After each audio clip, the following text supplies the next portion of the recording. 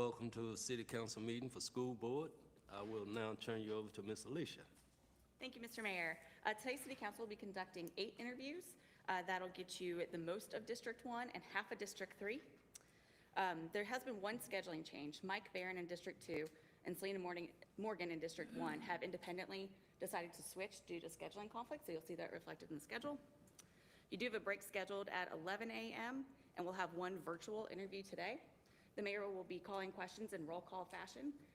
We ask that you ask one question, and with these 30-minute interviews, that'll probably get you about 2 questions each. With that, Mr. Mayor, I'll call our first interview, Reverend Nigel Eileen. If you'd like to have a seat or stand at the podium, either one you're most comfortable with. All right, let's stay at the podium. Good morning, Mr. Mayor, Vice Mayor, rest of the council. Thank you for the invitation. Allow me to come and answer any questions that you may have for me.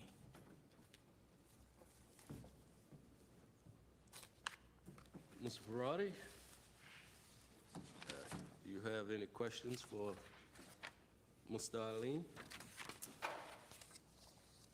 Will you vote to close Sandusky Elementary School? Hard to say. I would not make a decision at this point. I would love to get all the information that's out there and have further discussion to determine if that's the right thing to do. I would submit to you that in order to earn my support, I need a clear yes or no. And if you can't commit to saying that, given how the last 2.5 years have rolled out with the narrative of Sandusky Elementary School, that they were surprised by the closure, that they weren't on the docket to be shut down, I think it's important, especially given how the election went all of last year. Critical component of my second term in office was Sandusky Elementary School. So I know you hopefully have done research on that front. This is the requirement to earn my support, or at least consideration of support. Okay. Yeah, like I said, there's a lot of opinions on the matter, and I'm not completely sure and safe that I want to commit to it. I'm willing to be objective, and if the facts sort of lead in that direction, hey, I'm willing to do what I think is the right thing. Yeah. Any more questions, Mr. Ferrari? I might have a second, but Dr. Wilder? Yes, thank you so much for coming. I really appreciate it. And thank you for your willingness to volunteer for our school system, which is so crucial for the community, for our children, and being have strong persons at the school board. My question is, again, I just believe so strongly in supporting our public school system. And what schools have you volunteered in, and what is your capacity in working with our school system? All right. In terms of working with the school system, over the years we have collaborated with Lynchburg City Schools. I ran a program in the city for about 12 years. We had tutors from Liberty University. We connected with the city schools, and we had a collaborative effort. And we were able to at least get the buses dropped off the kids right there at our facility. And in that collaborative effort, we were able to see tremendous progress. And a lot of the kids that were coming to that program, because again, we had access to the schools as well as in conjunction with Liberty University. And so I thought that was a good collaborative effort, a good, co-op, and we did well. So that would be something that I would love to see continue to happen, even with other local churches and so on in the community, to be able to connect with the school system and work to that level where the kids could have a kind of a rounded, balanced perspective in terms of their education. Because I really believe that the community has a lot to do with this as well.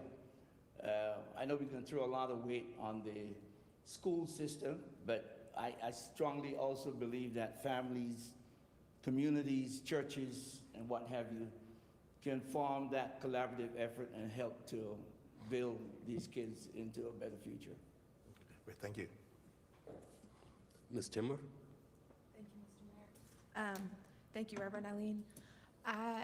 My main question for you right now really has to do with overcoming obstacles in an organizational environment. So could you give an example of a time, whether in the collaboration, which I think is great, or an organization where there was an obstacle and then you were able to overcome that obstacle?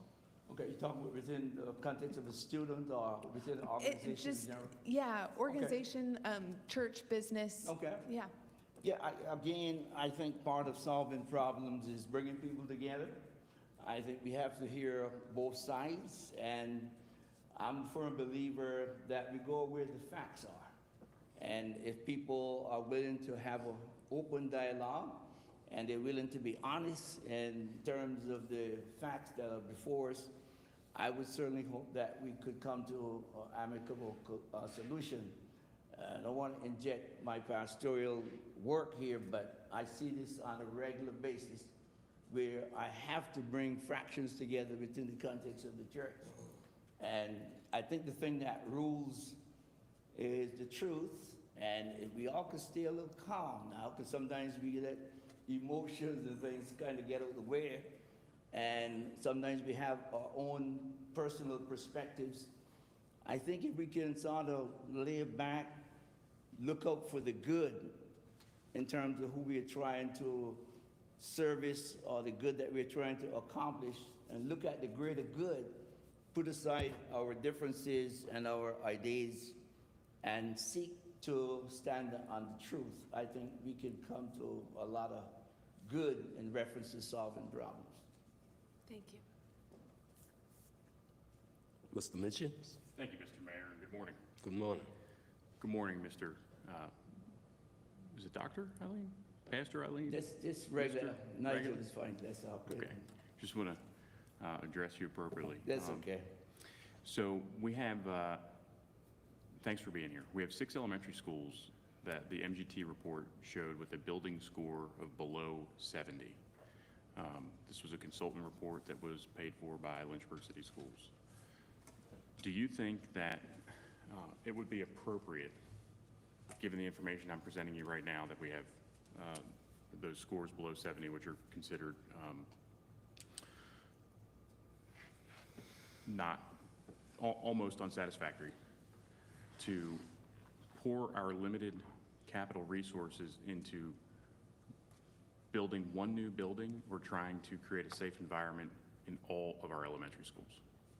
All right, fair question. I think that, and first of all, let me say here, I'm a little disappointed with that number as well, because when you check the surrounding communities and localities, we're about 50%, and these others are coming in around 70%.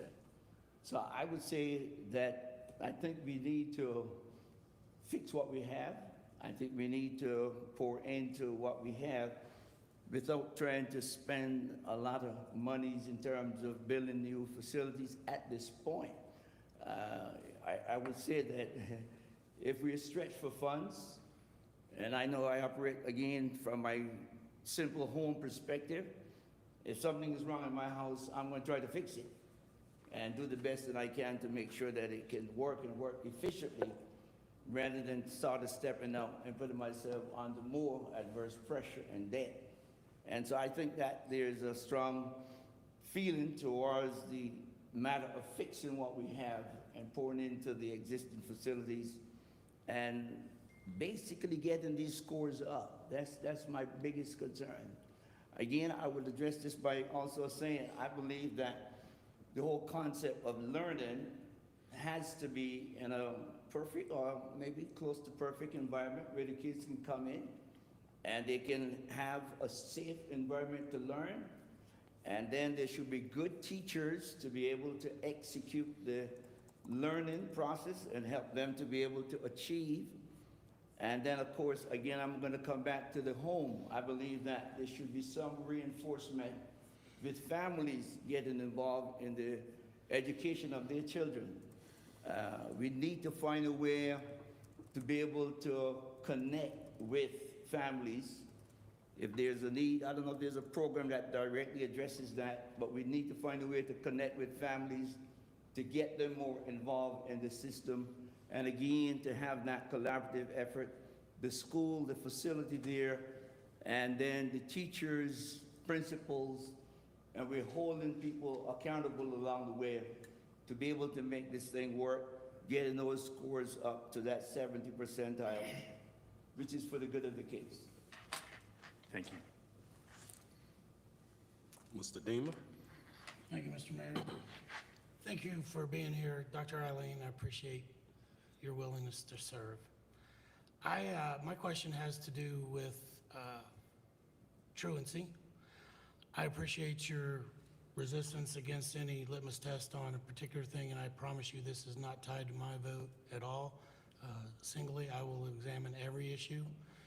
And I truly believe that truancy is one of the root problems. You've talked about tests and scores, but I think at the bottom of that, people don't test or score well without attending class. It's pretty simple. The counties are pretty good at dealing with truancy. The city seems to be pretty lax. Have you put any thought into how you would address the problems with students just not, there's almost no expectation to even come to class in some cases? Yeah, I know that's a big problem. I've seen it even in terms of families that I deal with. Huge problem. I would like to think that the school system should have some form of mechanism in place to be able to make sure that parents understand the importance of getting their kids to school. I know there's a little bit of a latitude in the system, and we're sort of dumbing down everything that we don't want to maybe offend parents or students or whatever. But to me, those types of things does not work. They are just given more latitude to create more problems in the future. So I would say that we would do well if there could be a system where we could implement and reinforce that so that parents will know that there's going to be some form of consequence along the way if that child is not in school. And again, I don't want to belabor this, but the home environment has a lot to do with this. A lot of kids are not cared for as they should. A lot of them don't get proper rest in the night. Some of them are, sleeping in late. Parents have to go to work. Sometimes they're left on their own to have to go to school. So sometimes it's not directly the fault of the parents, even though it is, but kids sometimes are left on their own and they themselves are not fulfilling this obligation. So we have to find a way to be able to address that and maybe put a little bit more pressure on parents to see that this will be done and enforced. Thank you. Sir, I have one question for you. Placement programs for graduates. Second. Our children that's gone through school, it's time for them to graduate. What about putting in place a placement program with businesses so these children, when they graduate, they have a future? Okay. Very good question. And again, I'm a firm believer in trying to extrapolate the best that a student can give. I don't believe that all students are going to be able to go to Harvard. I don't believe all going to be able to go to UVA or any of the top schools in the state. I think one of the things that we would do well in doing is trying to hone in on the students' aptitude and their propensity in terms of where they're leaning, and programs should be in place to be able to lead the student in that particular direction. If he or she wants to go to a college, fine. If they need to go to a trade school, fine. So we have to have something in place. I know that there's some work of that nature going on in the city, and don't want to promote any particular individual, but I think there are a couple of programs that I've seen in the city where getting into the high schools and directing the students towards their propensity might be a good way to be able to channel them into life's work and helping them to understand their goals. And I don't know, again, if we have anything in the school system that is there to help track a student's progress and give them direction. And you may not be able to go to, again, to Ivy League school, but hey, a trade is a worthy thing. Yes, sir. And a lot of kids do not see the value in learning the trade. And I think that's a sad thing to be able to have to deal with, because we're wasting a lot of wonderful talent by kids not being able to utilize their skills, even though they may not be able to go to college. Thank you, sir. Mr. Ferrari?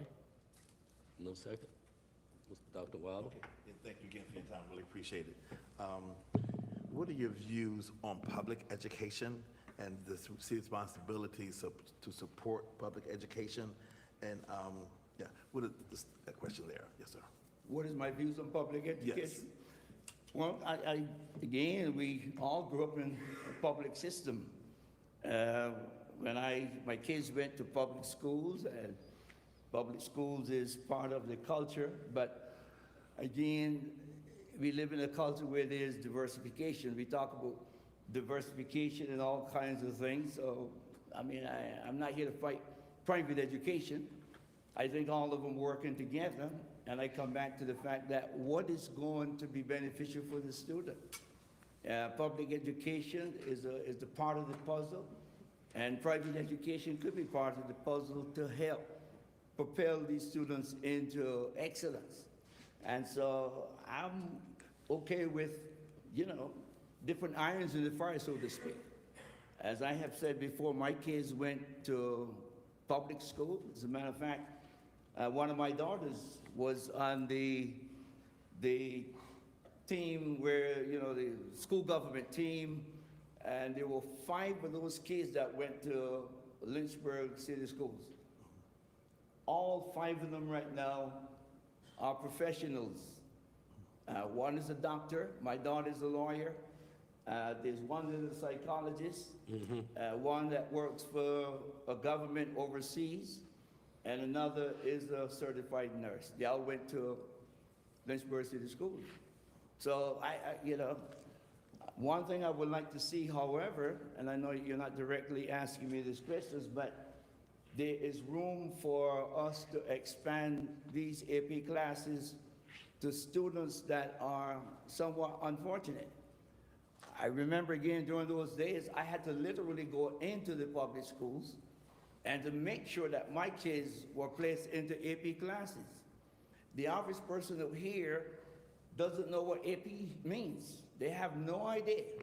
And so what I'm saying here, a lot of kids are probably falling through the cracks because they're kids that could benefit from AP classes and are not getting that exposure by virtue of the fact that parents do not know. So I don't know if the system has to change to educate parents.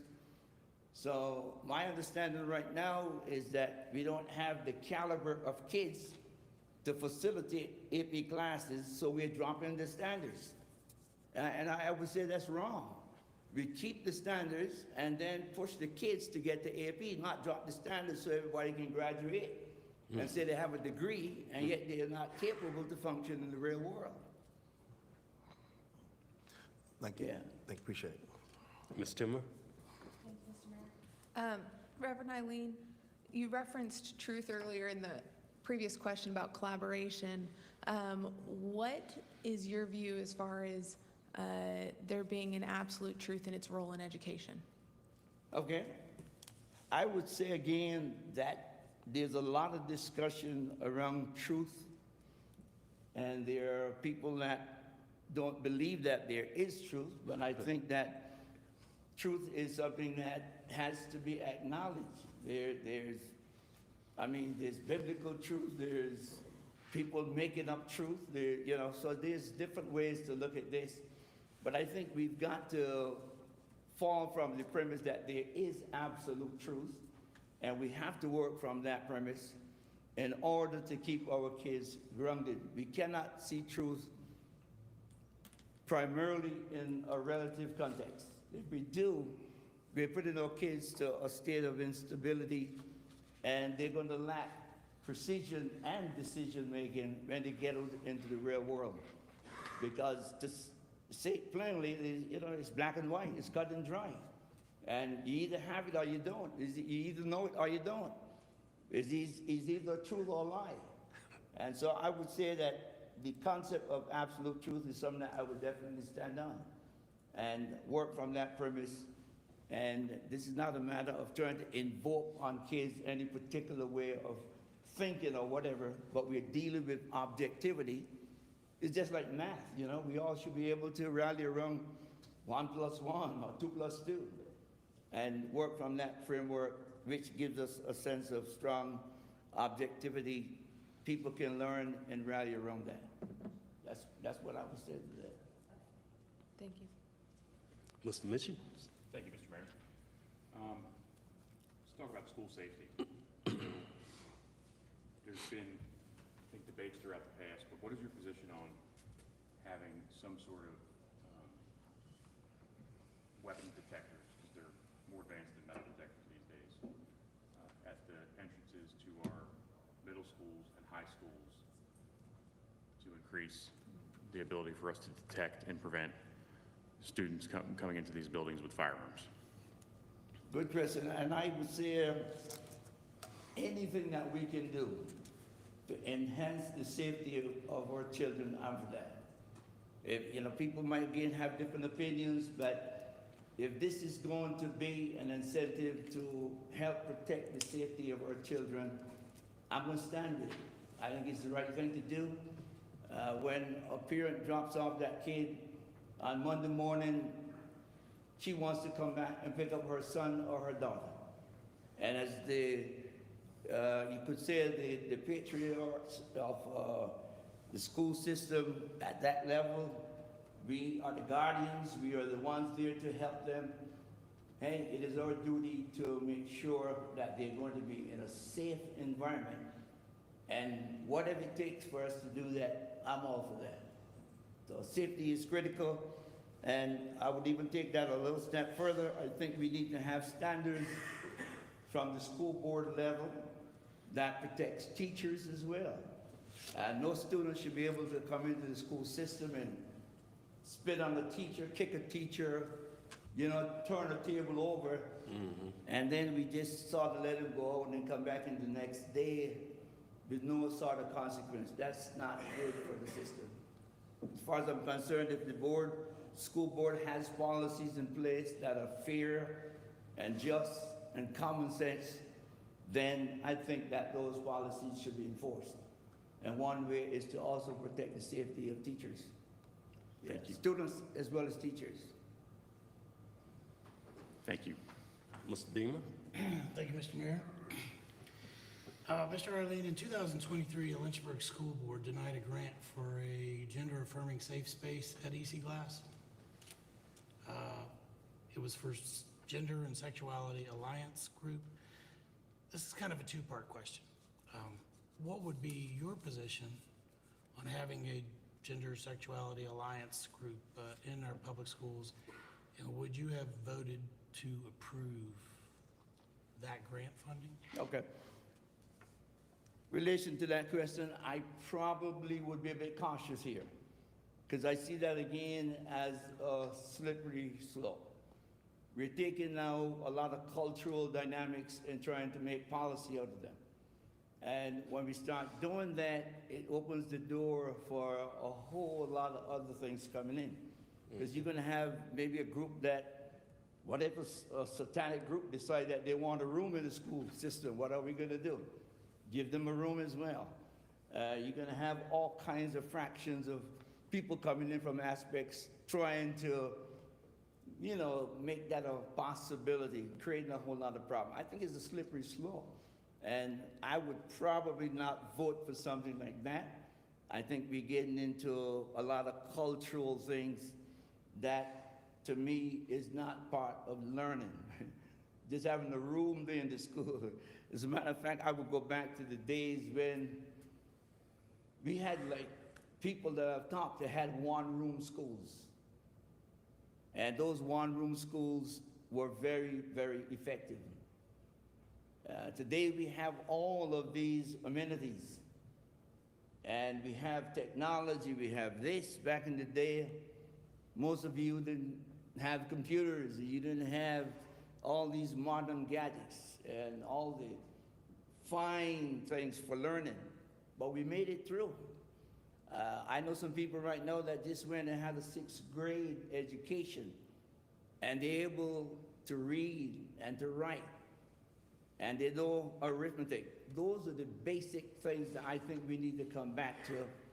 Get back to learning, get back to teaching reading and writing and arithmetic, and leave some of these social things that create, to me, more trouble than solving problems. So I probably would not vote to enhance something like that. Thank you. Thank you, sir. Building on my other question about placement, so what would you think about when kids reach middle school, to bring back something in the trade areas? When I was in school, we had wood shop, they had home economics and all this stuff. What do you think about the kids getting, say, 3 hours of academics and about 3 hours of shop class? How would you feel about that? Yeah. Yeah, in terms of the time, I think that's kind of up for debate, but I think as far as where you're going with it, Mr. Mayor, I think it is appropriate. As I would reiterate, all kids are not going to go to college. That's right. And I think we need to find a way to hone in on their abilities, their propensity, and try to lead them in that direction. So I don't know if 2 or 3 hours, that's something that we could debate about, but wherever we can sort of create that would be a wonderful thing. Again, I don't know if we're familiar, but Campbell County has a wonderful alternative program down there, a trade program. And a lot of kids that are not willing and able to go to college, they go to the school there, Campbell County, and they learn trades. And I've been there on many occasions and observed, and they're doing great work. Some of those kids go out and serve in good jobs around the city. And they have a good, solid background in the area that they're serving in, and are able to live a good, productive life as a result of learning a trade. So I have no problems with kids learning trades. Thank you. I think it is a good thing. Thank you, sir. Just a few more minutes left. Are there any lasting thoughts that you'd like to leave the council? Yeah, well, if I am privileged to serve on this body of men and women called the school board, I would love to be able to make sure that there's going to be academic excellence, that kids are going to be able to reach their maximum potential, that we can raise up the scores from 50 percentile in Lynchburg, at least to 70, to make us comparable with the other schools. I also believe that there should be efficiency in the things that we are given. The school will be given the budget, and there should be some form of an efficiency platform to be able to see and understand how those funds are being spent, to make sure that the kids are getting the better side of this whole thing. It's not easy when you look at the kids, and I don't know exactly how much money you guys are going to allocate to the school system, but if you give them $40, $50 million, and then we look back and we come back and we look at the numbers, and kids are only passing SOLs 50%, I mean, we're failing. You know, we got to find the gap between the monies that we are spending and what we're producing. And if we're not producing a product that is successful, then we have to find out where is the missing link. And if monies are not being spent properly and it's just at the top, and kids are not getting the proper education, then this is something that we need to fix. So I'm talking here again about academic excellence, efficiency, and productivity. I would love to say that this school system, again, our new principal, she comes in, she has the opportunity to make this thing work, and I'm hoping that she will be able to hold her principals accountable, because they're the ones that in great measure, this lies on them, the teachers. And each school has the responsibility to be accountable. And I would love to be able to see the board. Hope this is not stretching it out, but at least at some level, we bring the superintendent together along with the principals and have a dialogue, an open dialogue in terms of the scores and how kids are progressing and what are the problems and how we can solve them. These are some of the things that I think is good and open for dialogue. But my bottom line is we have got to move our students to be able to function in this new world. If we only can produce kids with a 3 or third grade education, and they're not able to read or write or do math, then we have failed the kids. I remember when I was, and I will wrap it up here, when I was in college at one point, one of my professors says, guys, you can learn history. And it's very easy. He said, all you got to do is remember names, people, names of people, dates, and places. There's 3 things. If you can remember those 3 things, you know history. The name, the place, and the date. That's it. And I take that same analogy and cast it back to our children today. Let us make sure they can read, they can write, and that they have the ability to do math.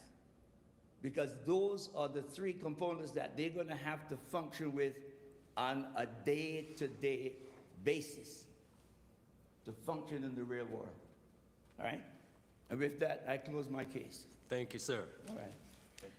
Thank you, Mr. Mayor. Our next is Marcus Bush with District 1. He'll be joining us virtually. That's why the guys have queued this up. Thank you all. Thank you all. Thank you, sir. Thank you, sir.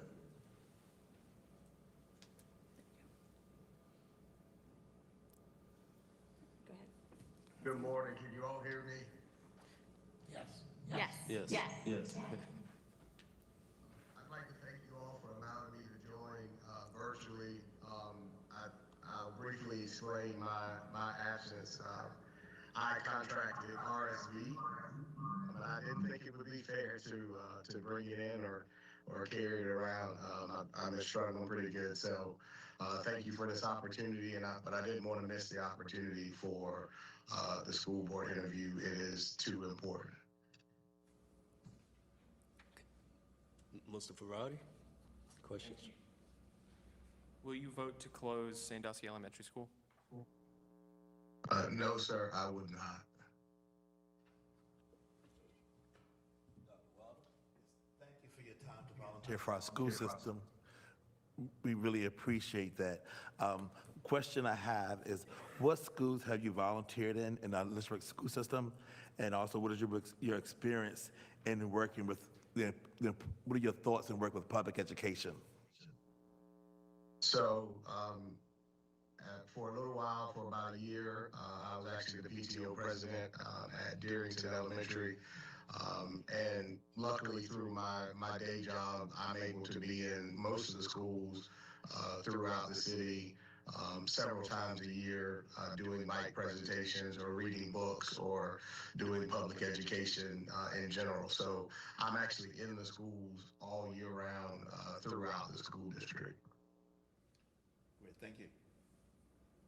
Ms. Timmer? Thank you. Thank you, Mr. Bush.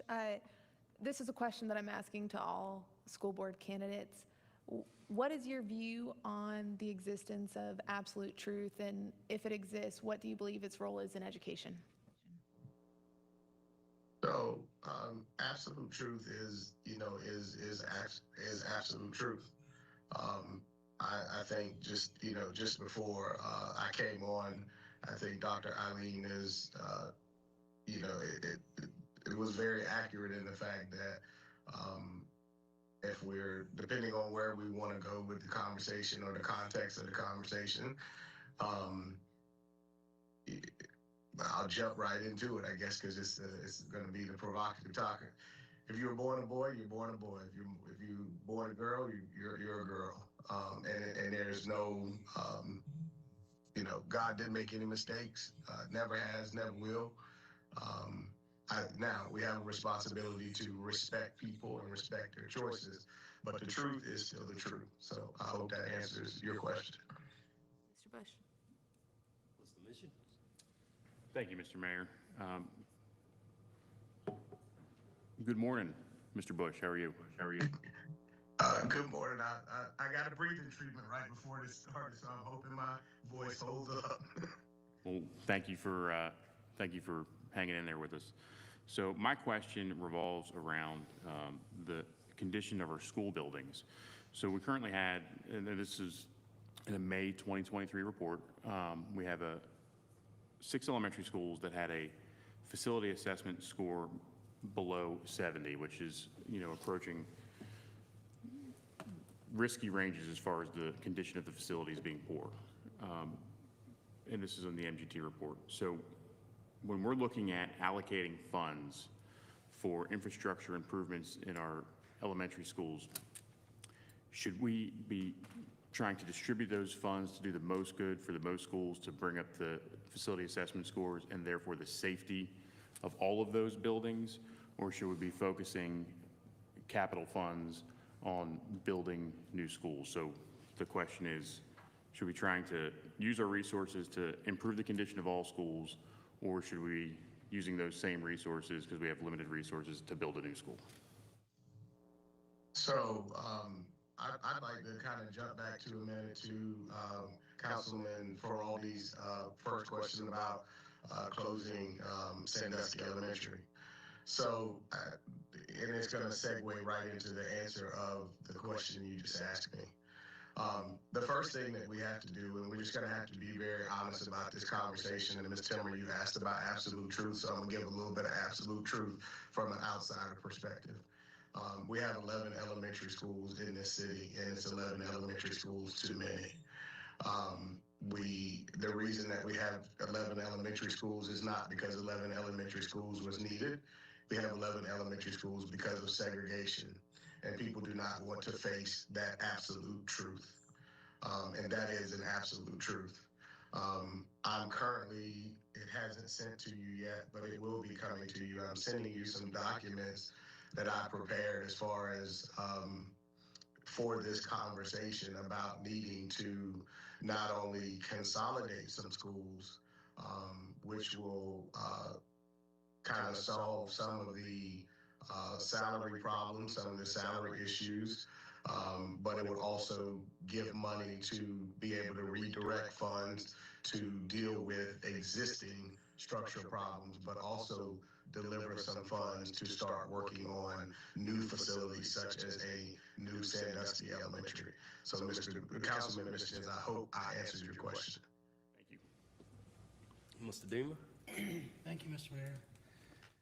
Thank you for joining us, Mr. Bush. I want to make sure you understand that I want to make sure you have the most freedom and intellectual integrity to understand. You might learn more information after this that might change your position on my question, and I give you that freedom. This is in no way as a litmus test tied to my vote. However, I do think it's very important, and one of the major problems we have in Lynchburg schools is truancy, and you can't learn if you're not there. The counties seem to deal with this pretty strictly with love, but they seem to be able to keep their students in the classroom where they can learn. What would be your response to the truancy issues in Lynchburg, and how would you maybe address those to try to bring our students back into the classroom? So I think the first thing that causes truancy is a lack of a base foundation of basic needs. When we get into things like Maslow's hierarchy of needs, the first thing that has to happen is kids have to have safety and security. Well, the first thing that kids can't have safety and security if their parents aren't safe and secure, or they don't have a secure place to stay. The truancy also exists by volunteering in the schools. So I thank Dr. Wilder for his question. By volunteering in the schools, what I do know and what I do help out with through One Community, One Voice, and other partners is the first thing is a lot of kids don't have basic clothes to wear. And some of their parents aren't willing to take the necessary steps to get those done. So some kids don't come to school because they don't have clean clothes, or they haven't eaten, or Dr. Eileen has stated, their parents just aren't responsible. So the first thing that we have to get in to deal with truancy is creating a base foundation of making sure that the kids can get to school, can get fed. A lot of kids don't come to school because they're not bathed. And if you're volunteering in the schools, you know this. I mean, you feel bad for the children, but we've got to make sure that these children can bathe and they have something to wear. As a part of the information that I'll send you later, I created a proposal for, I believe that we need to have uniforms in LCS. Because one of the strifes and issues that we have is clothing and being embarrassed and social status, and I believe that that all leads into truancy. What uniforms also do is it reduces truancy because it allows those persons responsible for truancy to be able to identify school-age children who should be in school. And if they're out in street clothes, then that's a question. They can be asked, their parents can be contacted. But the other thing the uniform does to aid in truancy is once you get a uniform and a kid can feel better, it provides a means of inclusivity as well. I do think that we would have to partner together in a different manner, in a different lane in truancy. I think that the school board and the council would have to partner together to be more stringent on parents and have some real weight into what truancy costs a parent for their child not to come to school. So it's going to be a collaborative effort of what that means to the and saying that education is important, but also being demonstrative in actions towards parents who are not getting their children to school. So I know I said a lot in a brief period, so I hope I answered your question. Yes, you did. Thank you. Good morning, Mr. Bush. Praise God. How you doing today? Good morning, Mr. Mayor. I have one question. Certificates of completion versus diplomas. How do you feel? So I believe that they're both important.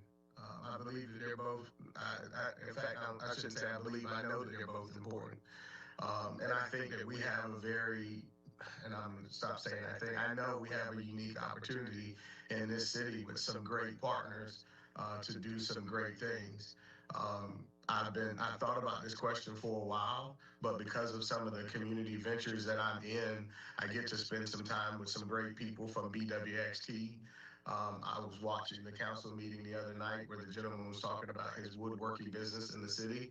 And I'm sitting thinking to myself the same thing that you're probably thinking, Mr. Mayor, that it is high time that we start ensuring that from a middle school level, because that's where you first start connecting kids. The data and all the research shows that the first time kids really start connecting with where they want to be in their future is middle school. So it's very appropriate to start in middle school with wood shop, with welding, with CAD design, with all of those things that would give the gentleman that spoke at council the other night, that would give him products. We need to start internships earlier, and we need to partner more with Beacon of Hope. We need to partner more with BWXT on these continuing education programs to get these children into these jobs that are needed. We need to bring brick masoning back. You know, I want to build a house, but I want to build a brick house.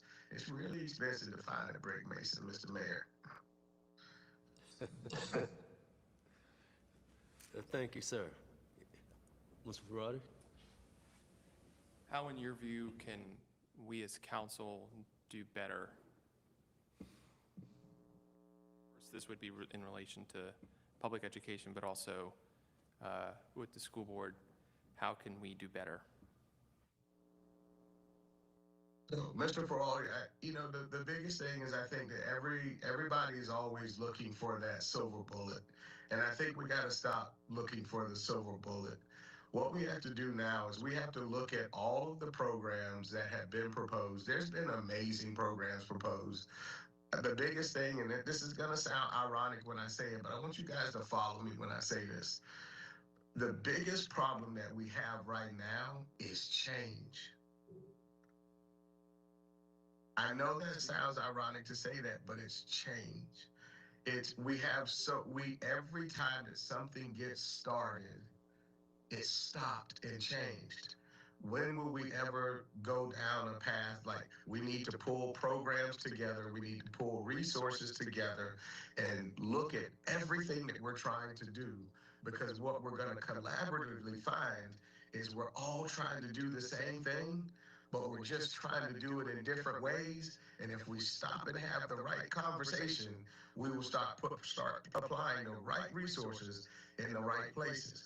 I think the start was having the collaborative meetings of the school board and the council. That has to continue.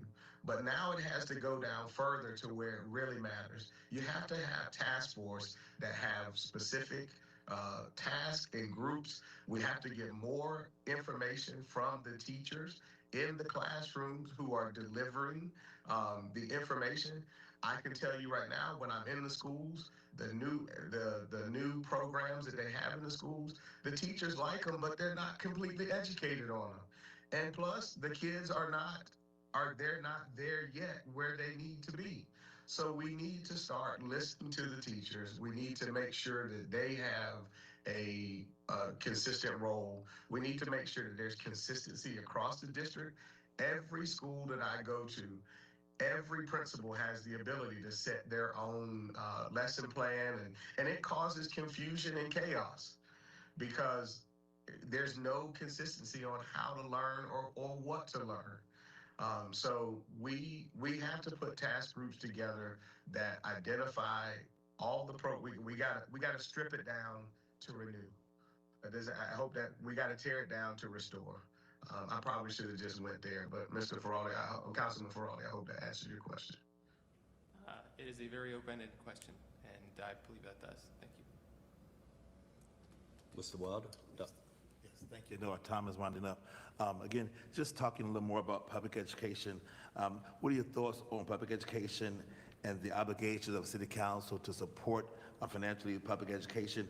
And how will you be a strong advocate as a school board member to city council for the funds needed to support the school system?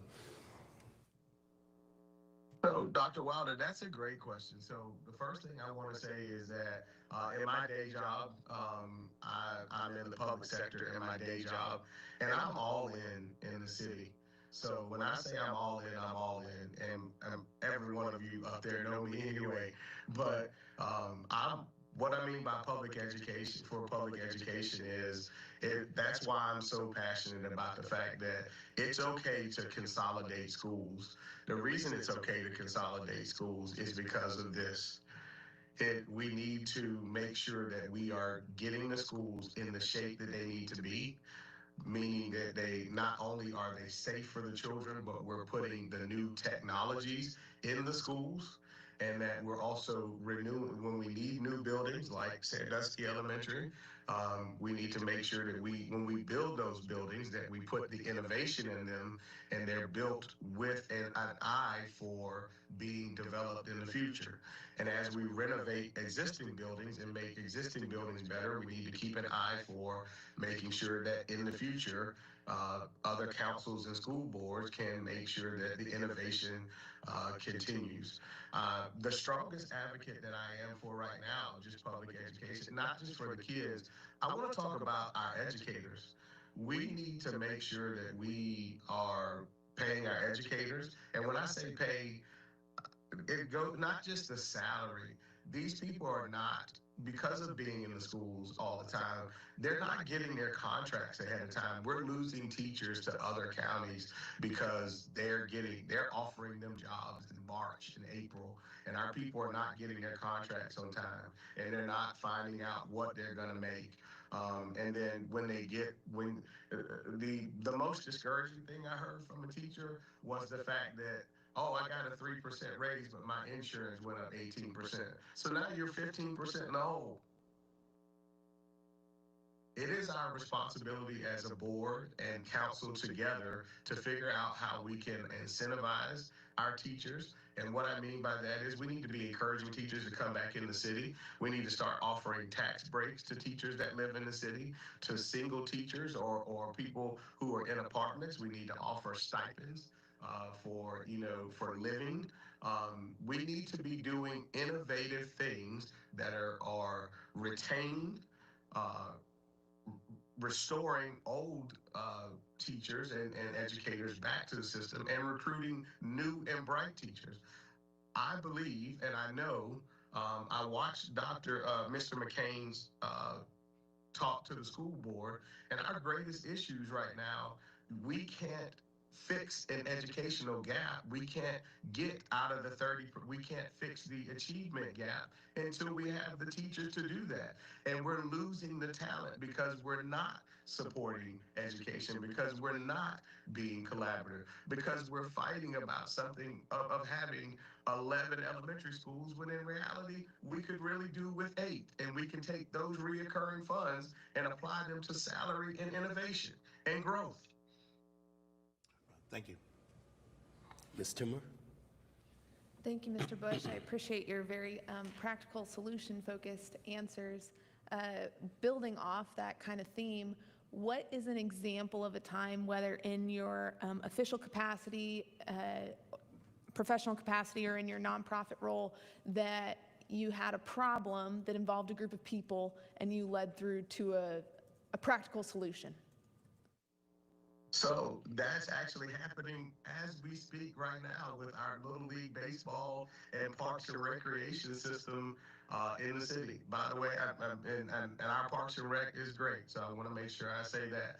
But right now, because there hasn't been a lot of public funding towards parks and recreational baseball or football and cheerleading in the city, we've had to lead fundraising efforts to get that done and work in partnership with Parks and Recreation of the city of Lynchburg to get our numbers up and get where we need to get.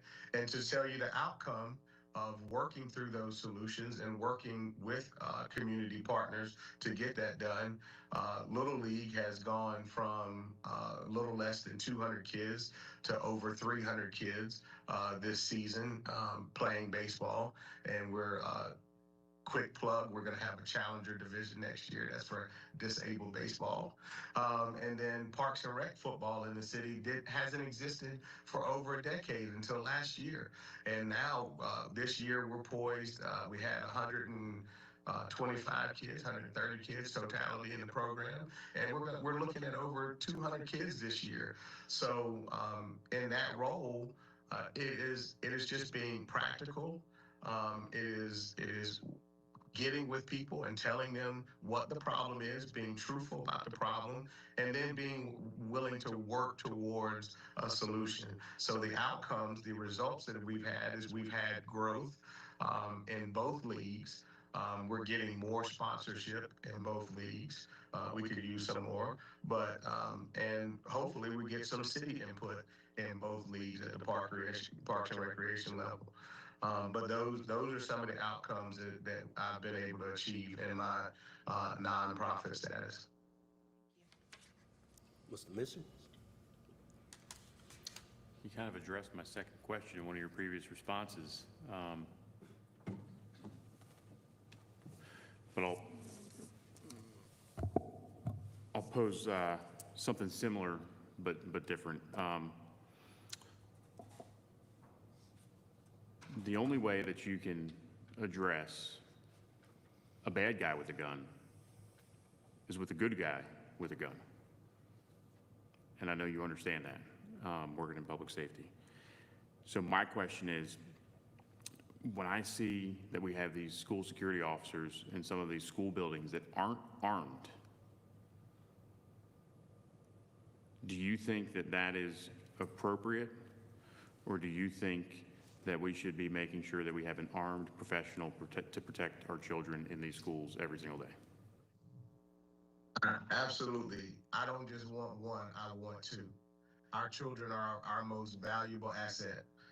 And when bad people want to do bad things, they're going to do bad things. Ms. Timmer talked about absolute truth. Here's an absolute truth. When bad people want to do bad things, they're going to do bad things. And I want to make sure good people that want to stop that bad guy have all the tools to stop that bad guy, especially for our most precious, which is our children. Mr. Deemer? Thank you, Mr. Mayor. Mr. Bush, you talked about programs and change, and there's always a new program, and every year almost multiple new programs that our teachers have to learn and deal with, and it undermines, I think, some of the things they could be doing, trying to keep up with trendy, sometimes emotionally charged changes. So my question that I ask is, in 2023, the Lynchburg School Board denied a grant for a gender-affirming safe space at one of our local schools. It was from a group that dealt with gender and sexuality. I think it was an alliance group. This is kind of a two-part question. What is your position on having an organization like Gender and Sexual Alliance in our public schools? And would you have voted to approve that particular grant funding? And what do you think how this affects unity among our youth? So the first thing that I would have done as a school board member is really get the context. What is the context, of the group? I'd want to speak with the kids directly, because I think sometimes we try to lean to our own understanding, so we want to speak with the kids. Because when you say safe room, that's what I actually hear from it, is a safe room, which means anybody can go to that room and relax and take a moment to clear their thoughts, read, do whatever it is to recover, focus, meditate, whatever. So I would want to know the context in which this is being done, and I wouldn't want to hear it from our administration standpoint. I want to hear it from the kids who actually wrote the grant and why they wrote the grant. I will say that if it's going to be something, sexually charged, the answer is probably going to be no, because, well, there's no problem. The answer is going to be no, because when you open Pandora's box for one, you open the Pandora's box for all, and you can't accommodate that. So again, everything would revolve around context. So if the context was wrong and it would open, and I felt that it would open up a Pandora's box, my answer would have been no. If it's a room that all kids in the school can use for the purpose of, hey, I need a timeout, I just need to relax, I'm trying to exercise some emotional intelligence, then yeah, that's very simple. That's accommodating for everybody, and that's not perpetuating a platform other than proper mental health. Thank you. Oopsie. Mr. Bush, could you make your closing statement? Yeah, so I want to thank you all for your time and the opportunity to interview today. It goes without saying that our children are the most precious, but I need to reaffirm my statement that right now the most valuable asset that we have is walking out the door, which is our educators. We have to do something, and that something is to start creating as a board member, it'd be my goal to work with the superintendent to empower her and her staff to start creating an environment that puts LCS back at the top. It really bothers me to hear people say that in the 80s that we were the best. It kind of sounds like we're like, Miami University, like the U in the 80s. I hope you guys are laughing because I can't see you. But it really bothers me when people say that. This is the time now to renew our educators' belief in not only the school board, but in the council, and that we are going to work together to make an environment that will allow them to be successful. Because when our educators are successful, our children will be successful. And I want you guys to think, we we do have a successful school system with the bare meager resources we have now. Imagine when we start collectively bringing those things together and we start looking at all the programs and really pulling back the data and really start rolling up our sleeves and digging into the work that we need to do to get our children educated, doing things like the mayor's talking about, which is getting people on track that aren't AP kids. That's okay. Everybody's not a brainiac. I'm not. I'd love to be Tony Stark, but I'm not, you know? It's just, we need to focus in on getting our educators squared away. And when we get our educators squared away and we take care of our buildings and facilities, the rest of the results will start to follow. But that's going to be a collaborative effort of us getting together, creating, a strategic plan, really being honest about the fact that, guys, we just have, as far as elementary schools, we just have too many. And we can get staffing where it needs to be. We can pay salaries better, and that's gonna yield some results. And we got to start providing some real incentives for these teachers. As these children's scores go up, they should see bonuses. They should see these things. We have to provide them motivation and incentive to want to be at LCS. But if they're thinking about how am I going to pay my light bill, how am I going to get my groceries, blah, blah, guys, they're going to be distracted from teaching. So we know that the children are our most valuable asset, but let's not forget that our educators, and they really need our focus right now. That's my stance. That's where I really want to work. And roll up my sleeves with my colleagues and you on the council to start taking care of these educators and getting these facilities squared away as well. Thank you, sir. All right, Mr. Mayor, and thanks to the guys in the booth for working on that to get the team's call up and running for us. Yes. Next, we have Liza Jajanto.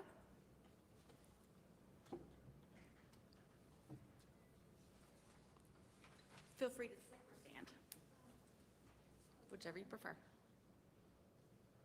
Thank you. Good morning.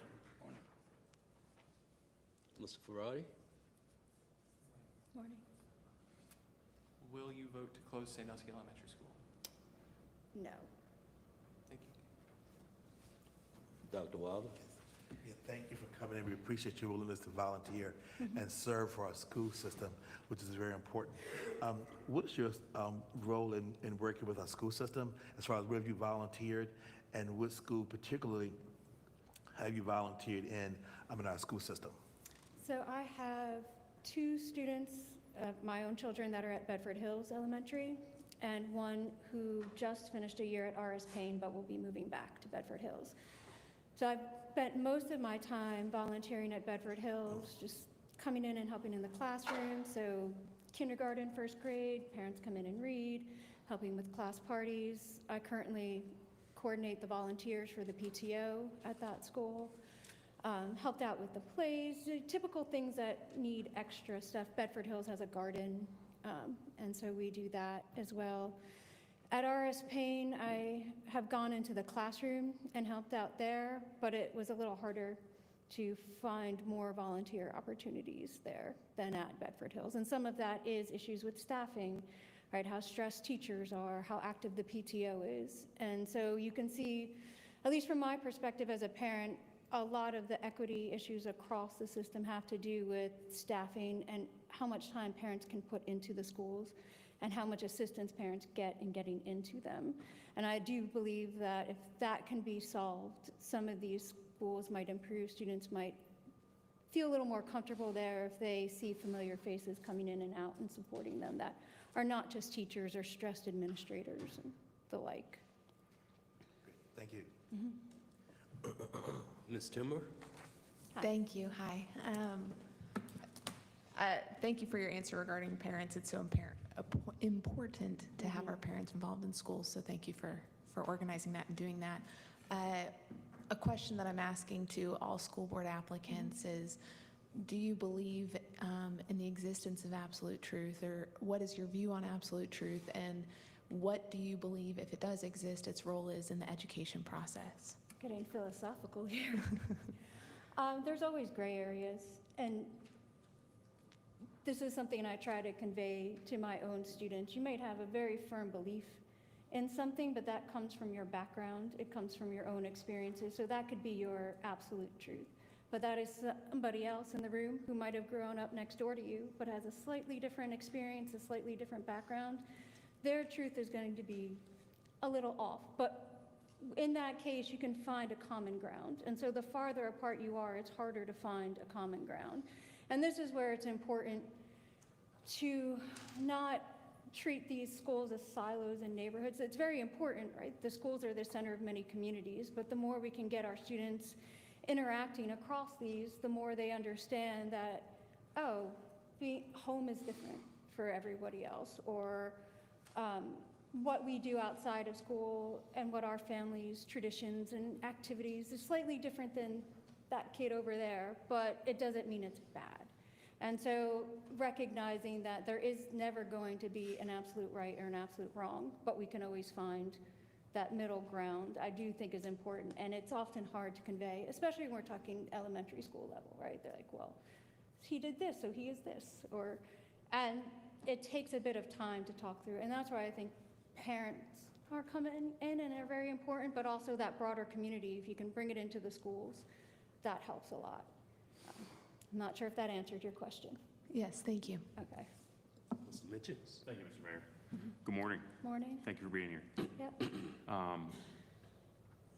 So I'm going to go back to the same question that I asked earlier. And on the MGT report that we received in 2023, it shows that 6 of the elementary schools have a facility assessment score below 70. Yes. Right? And my question is, if we're providing infrastructure funds, because we provide the capital funds to City Council for Lynchburg City School, which are limited, Yes. should we be trying to improve the conditions in all of the schools or try to build a new school? Because the funds are limited and we're either going to be able to fix as many schools as we can, or we're going to be able to build a new building. It depends what your goal is, right? So if the goal is to keep schools, especially the individual elementary schools, as the base of the local communities, to understand that there are families that have ties to it, their parents went there, their grandparents went there. If we're interested in maintaining that, then individual schools should be prioritized on a need, all right, like case-by-case basis. If the goal is to do an overall, this is what we want the standard of Lynchburg City Schools to be, and have a new school and new facilities to show that off to attract families and things, and that's a different answer that you'll get. So it really depends what the City Council's goal is and what the school board's goals are, but you also have to take into consideration what the communities want. And explain to them, and this is very hard because I've built budgets for large institutions, and explaining why things have to be spent in a way, what the regulations are, what the rules are, but also the benefits. So everybody is always for improving technology in the schools, but sometimes that classroom technology actually detracts from education. And I've seen this in my own classroom to the point where I've removed it all and just gone back, and I've gotten better assessment results than with my fancy smart boards and all of these other things. So where you invest it is important too in terms of the facility. So I know, Marty, for example, you went and looked at the track, I think glass, right? And we think of the high schools, right? Glass and Heritage, they're not just used by the high school students, they're used by the community. My daughter's softball practices and games are there. And we have outsiders coming in, right, from other areas to play, and they see these facilities and it's a reflection of us. But it's also important for the community to know that they could go and use these spaces too, right? So we also need to think about these schools. Yes, their main purpose is education, but they also serve an important function for the surrounding neighborhoods. So that's why I think you really have to consider, I assume there'll be a new strategic plan. I know the last one was extended, but we have the new superintendent. Within that, what our goal is and how you view the schools. Are they simply spaces of education and we must improve all test scores and that's what we're focused on, or are they also community spaces? And that would determine how we approach it and what we do. And I know that wasn't straight. There's a lot, but it's, and I think the thing that I'm looking at is, what I'm trying to get to is, if we've got a limited amount of resources, and in I those would want- resources, we can either build a new building, or we can make the rest of the school building safe. What would your position be on that, as far as doing the most for the I would variety, want to for, know you know, for all everything the... else that goes into it, right? Because if we're just building a new building and we're closing other schools, that impacts redistricting, it impacts transportation. There's other costs that come onto the new building where you might think you're saving, but if you don't look at everything across the budget, you're missing something. The other thing too is you might have families that are not into that. They don't want their kid having to travel farther to schools, and then they choose a private option if they can afford it. So that might mean we lose students, and we might be losing families too in the mix who want a local neighborhood school as opposed to having to go there. So that's why I think I would want to know all of the factors and all of the pros and cons to it, not just the money, because the money can be creatively moved around if needed. And if it comes down to we must shut these schools to build this new one, I would want to make sure that it was clear to those communities that are impacted exactly why. And they felt that they had a voice. They just don't feel like they're being heard as things are now. And so it's easy to say, no, I don't have this money. I mean, my kids all the time, no, we don't need 5 more pieces of candy. We have 100 at home. But they don't quite get that because they see this is their need right there. And so I think it's important to understand some of the emotional connections to these schools and what those families see their needs are, and see if we can explain that they might be met just in this different way. So before I would say yes or no, I would really want to know all of that and to really get into the numbers and see what the budget is and if that truly is the black or white decision that had to be made. Thank you. Mr. Dave?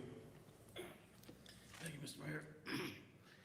And my question that I've asked almost everybody at this point, I guess, is about truancy, attendance in our schools. A lot of the counties are much more strict about it, and you get a call from the officials and sometimes even the police if you don't have your kid in school. However, Lynchburg, I can't seem to get a straight answer on exactly. I know what the policy says, but I know also how it's been implemented. What would you do as a school board member regarding attendance and truancy to try to make sure our children are actually in the classroom to learn? Because I know they don't learn at all if they're not in the classroom. Yeah, and I've experienced, and perhaps Marty, you've experienced this with having kids at different schools. What counts as an excused absence is often led to the discretion of that individual school. So that's something that I think could be normalized across the district, saying, and I'm guilty of this as a parent myself. I've taken my kids out of school to go to a family function. My family doesn't live down here. And in one school, it might be an excused absence, and in another school, it's not. And I do think the policy needs to be the same across the board if we're talking fairness and equity. The other thing that is very onerous for parents is that if your child is sick, and you call in or send a note to the nurse that they're sick, it's not always excused unless you have a doctor's note. And sometimes you just don't need the doctor's note. The child has a fever, it hits the threshold where they can't go in, and you can't get into the doctor. And so those numbers, when we look at the stats in terms of absenteeism, have a negative impact, even though the reason the child is home is because they're sick and they should not be getting other children sick, and they would just be sent home anyway. So those, especially post-COVID, as parents, we're all trying to be very careful about that. I think that our numbers would be different if those types of policies were changed, if we looked at what exactly is needed for the excused absence, especially for medical reasons, and what's not. I think some of the other issues that come in as we get to the high school level have to do with just what the students' schedules are and the times of schools. And many students are able to just slip in and out in ways that I could not get away with when I was in high school a very long time ago. So in terms of just how we're tracking absences, I do think our numbers are inflated in the wrong way because of that. Other policies, and again, I'm mostly familiar with the elementary school, but it's just, you can only give so many incentives for kids to be at school. My kid's gotten awards for showing up, but she's 9. She shows up because I make her show up. Once they get older and it's harder to do that, there has to be some other reason for them to want to be in school. And often reasons against are behavior issues, right? There's children acting out, there's fights, students just don't want to be in that environment. Or if the buildings are falling down around them, there's just nothing there to encourage them to want to be there. And so these places need to be made into spaces that aren't feeling forced, but they feel like they're part of a community in those places, so they have a greater say and impact on it. And in that way, if you have students more wanting to be there, they're less likely to be truant. If parents understand more clearly what is excused and what is not, and had a little more help, especially on that medical end, I think that would improve as well in the elementary level. And I mean, another issue we've faced, and we're lucky because we're able to accommodate this, but if the buses don't show up or the buses don't come on time, if I can't get my kid there and we wait for the bus, they're marked as tardy, and that affects absenteeism. And sometimes they're not, sometimes they are. And so again, if transportation is normalized, if there's extra help for families who can't get their kids there when the bus system fails, then that would go a long way too, because a lot of times if they can't get them there and the bus doesn't show up, the kid just stays home because there's no way around it. So it's just small little things, and I think it would be improved. And then we'd also understand what the real issue is outside of the city council and school board's control, outside the school's control, and then address that underlying thing. Thank you. Ms. Reed? Okay. Good morning, how are you? Good, how are you? Good. Thank you for coming today. Sorry, I'm a little late. I had another commitment this morning. So one of the things that's been concerning me about the school closure plan particularly, and I think one of the things that the educators I've spoken to have the same concerns, is while we're looking on ways to be efficient with budget and costs, one of the concerns with doing that would be that you would then have an increase in class size, and what some of the concerns would be with that. What are some of the thoughts that you have on school closures and potential positive impacts or negative impacts that you see with those? Well, exactly what you said with class sizes. One of the reasons why my eldest wanted to leave the Go Center and come back to Bedford Hills was just the class size and the isolation in the class. And when you have larger classes and a few intense behavioral problems and no extra support for your teachers, everybody suffers. So I had a child who went from loving school to just being very dismissive about it. And at Bedford Hills, where they're getting larger class sizes, they're at least being creative about it. Their classes change, they rotate the kids around, they have slightly more support than Payne does for it, and they have more families that are able to come in. And so the larger your class is, the more outside support you're gonna need, and if you can't provide that, then everybody's suffering. And it also brings on more behavioral problems or exacerbates them, and I see this at the college level. Once you exceed 15 students, it's very hard to provide individual attention. And so our students thrive in kindergarten and first grade where class sizes are kept small, and we don't start seeing problems till second, third, fourth grade because the class sizes are increasing, the number of teachers they're exposed to is shrinking. And it's just harder to manage those, especially once you add testing and assessments. And so if closing the schools means increasing class sizes, to me, that says that there is a need for the other schools, because we wouldn't have to enlarge classes if those schools were not necessary. And with that, there are creative ways to go about it and teaching, as long as you provide the extra support staff, which is something that I see is lacking in many of the schools. And again, I only have direct experience in TU, but talking to other parents. So it's a trade-off, and if we're thinking budget-wise, right, if closing those schools does not provide you with the extra budget to add staff and add programming and add help, then you're not really solving any problem, in my point of view, I guess. I would rather see investment in improving staffing and facilities in individual schools, even if it has to be a tiered way, if it's done in sort of a long-term strategic plan, than closing schools to build one brand new nice building, but not adequately staff it for the number of students we're putting in there, and not providing the support staff that other schools already need. Thank you. You mentioned basically discipline, behavioral problems. Behavior, but not Well, that's what- solutions. Yes. So what would you do? So, from my own experience teaching, but what I've seen, some of these I would not call any of the experiences that I've had with some of these students bad or bad kids. There's just a lot of needs that exist now for students that, if they were around when I was a kid, we were not aware of them. So a lot of our students have IEPs for different reasons. Some of them have to do with need a little help reading or writing. A lot of them are tied to emotional growth. And we just don't have the staffing in a lot of these schools to deal with that side of it. And so when the students are frustrated, the teachers aren't properly trained, they don't have support and assistance, all the student knows to do is act out, because, right, they're young and they haven't developed that emotional maturity yet.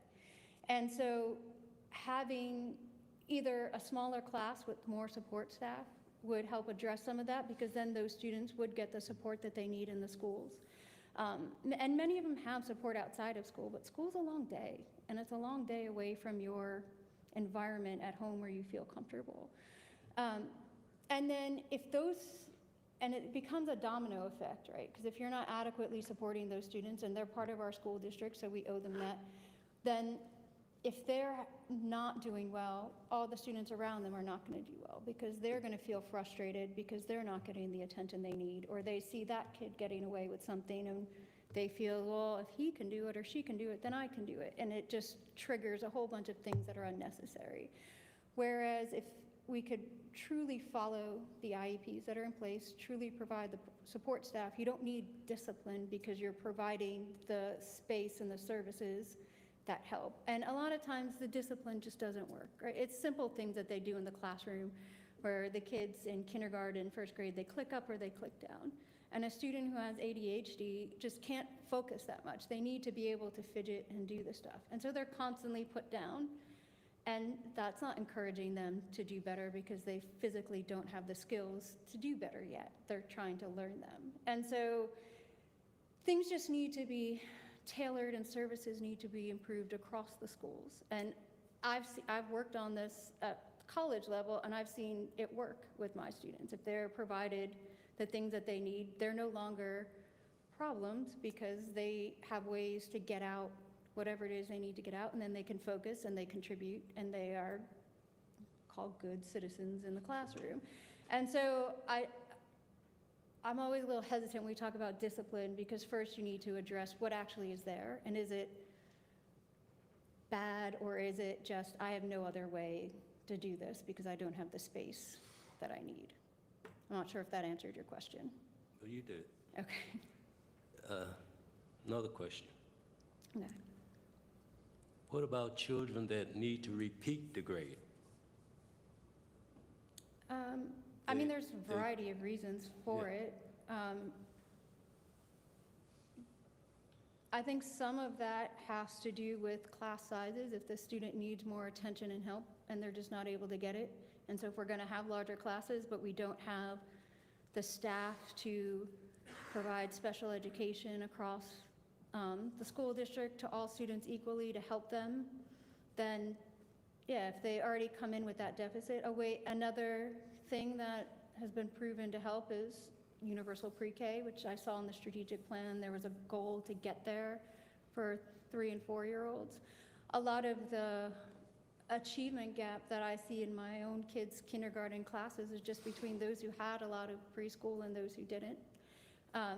The other thing is enough screening. If we leave screening in terms of students that might have some kind of cognitive impairment in terms of learning to the teacher to recognize, and the teacher's overtaxed, and the parents just don't know because they don't have experience with it. Some of these students that have to repeat grades, it's not that they're not capable, it's just they haven't been caught soon enough to be taught in the way that they need to be taught. But if a student does need to repeat a grade for other reasons that fall outside of the educator's purview, then that, I think, is something where we need broader community services that might have to come in and help. But, I mean, I went to school with students who had to repeat grades, and sometimes it helps them, sometimes it's a maturity thing, sometimes it hurts because it's not their fault. They just needed a little extra help. Thank you. You can make your closing statement. Oh, okay. Well, thank you all for your time. And again, I would hope that I would be picked for this, but if not, one thing I do believe is really important is that the school board needs to be made up of parents with children in the system. And ideally, if you have parents that have experienced multiple schools at multiple levels, we understand sort of what's going on, what our student needs are, and what the teachers need, especially if you have a parent who's actively involved. I talk to the principals, I talk to the teachers, I see where needs are, where things could help. And a lot of times, this doesn't require a lot of money. And so if you can find someone, hopefully me, but that has that view and that experience, and also some experience at some level in education, I think that we can find creative solutions to improve the school system. I mean, my family moved here for the school system. I know that's not something you hear every day, but when my husband got his job out at Poplar Forest, we were looking to live out there or in the city, and it was really the school system that I preferred here and the community that we met. And I think that if we can maintain this and improve it, Lynchburg will grow. And so also view these schools not just as we must hit these assessment scores, these test scores, but a place to grow the city. And I think we can do a lot of good things in practical ways. That's it, but thank you very much. Thank you. All right, have a good day. You too. Next, Mr. Mayor, is Mike Barron with District 2. Feel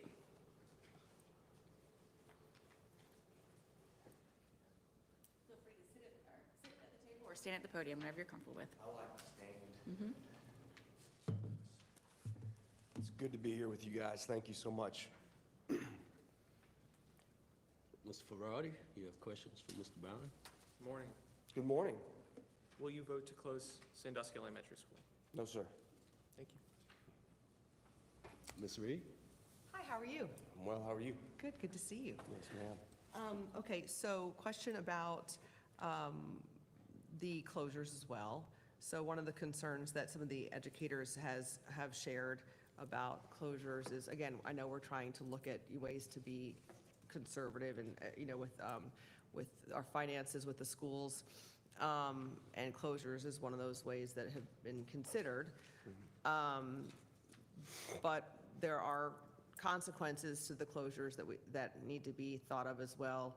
And one of those consequences would be increased class sizes. And, whether you're increasing class sizes by 2 students or 5 students, it's still an increase. And the educators are the ones who face the consequences of those increases. And as you may know, the educators are already dealing with stresses in the classroom as it is. What are your thoughts on consolidation with closures, positive, negative, thoughts in general? Yeah, it's obviously a very relevant question right now. It is interesting to me to see some of the financial, the way they've laid it out, that there's looking for consolidating schools to save money, but they're also looking to get a $2-point-something million grant for reduced class sizes. I'm not sure how that works. I have to see the numbers, but I do think we work against ourselves in that way. In general, I just think it's a defensive and reactive move to close schools. And I think it's a little bit short-sighted. Looking at the numbers, obviously we're seeing dwindling enrollment, but the city's growing. When we close schools, what do we do now? We have an influx of families that bring kids to this city. We find ourselves in a little bit of a situation there. So I think it's just short-sighted. I think it's a defensive move, reactive move to close schools at this point. And I don't think, specifically to your question too, Mr. Feraldi, is I don't think that the quantitative gains would anywhere near outweigh the qualitative losses. So there's a lot to be discussed there. But I have to look at numbers more to see kind of what would be gained with school closures. But in my mind, it's a defensive, reactive move. One thing you'll hear me say a lot is we've got to stay on offense. I love defense. I was a defensive player in football in high school and college. The defensive job is to get off the field, right? Not to be there all the time. We don't want to stay in a defensive stance. We want to play offense, find offensive solutions. How do we increase enrollment?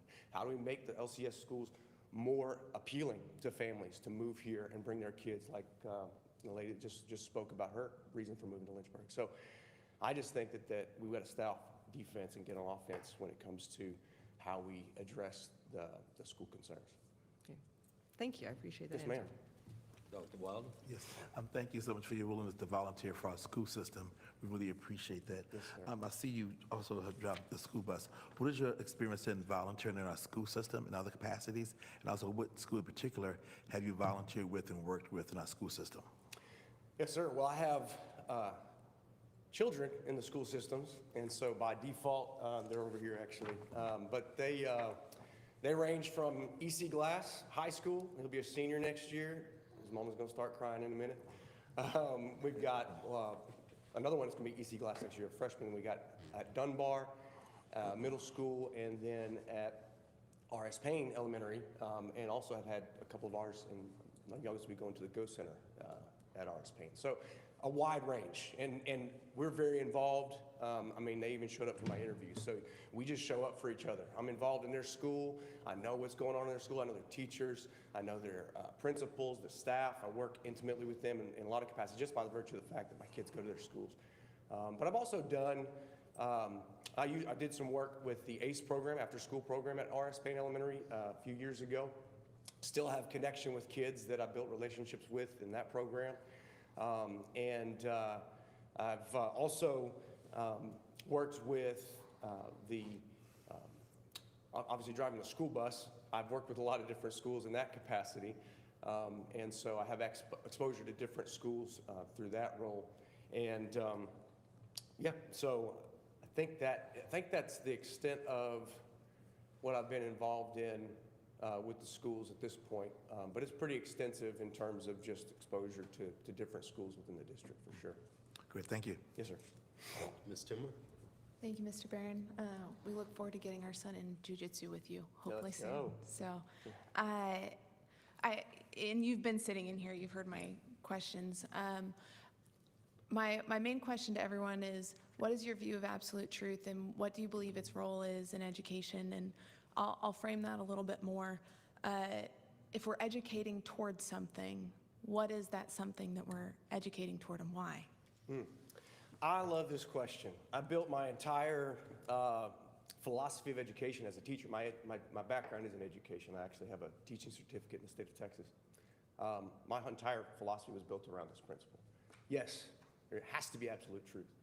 You make the statement that that all truth is relative. You just made an absolute statement, which makes it a logical fallacy. There has to be something absolute. We want there to be something absolute. We're seeking that truth. What is that truth that is absolute? We need that. That being said, it should not be a license for us to just clobber people who disagree with us or who don't understand that premise. I think I've seen a lot just kind of in the culture of our country in general of that type of approach to, here, we got to beat people over the head to get them to understand absolute truth. It doesn't work.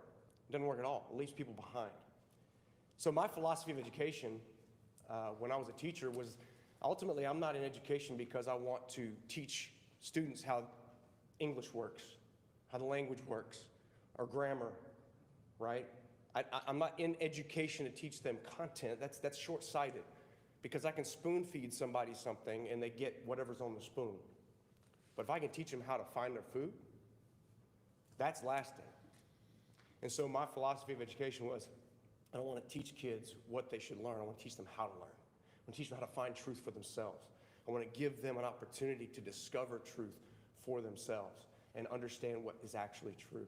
And I think that takes a much broader approach than trying to cram what I believe is absolutely true down somebody's throat. Whether it's actually true or not doesn't really matter. In the end, I want to equip them with the ability to find it for themselves. And I believe if they learn how to learn, they learn to find truth, they'll find it. Thank you. Yes, ma'am. Thank you, Mr. Mayor. So I'm going to change it up a little bit because of some questions that have been asked.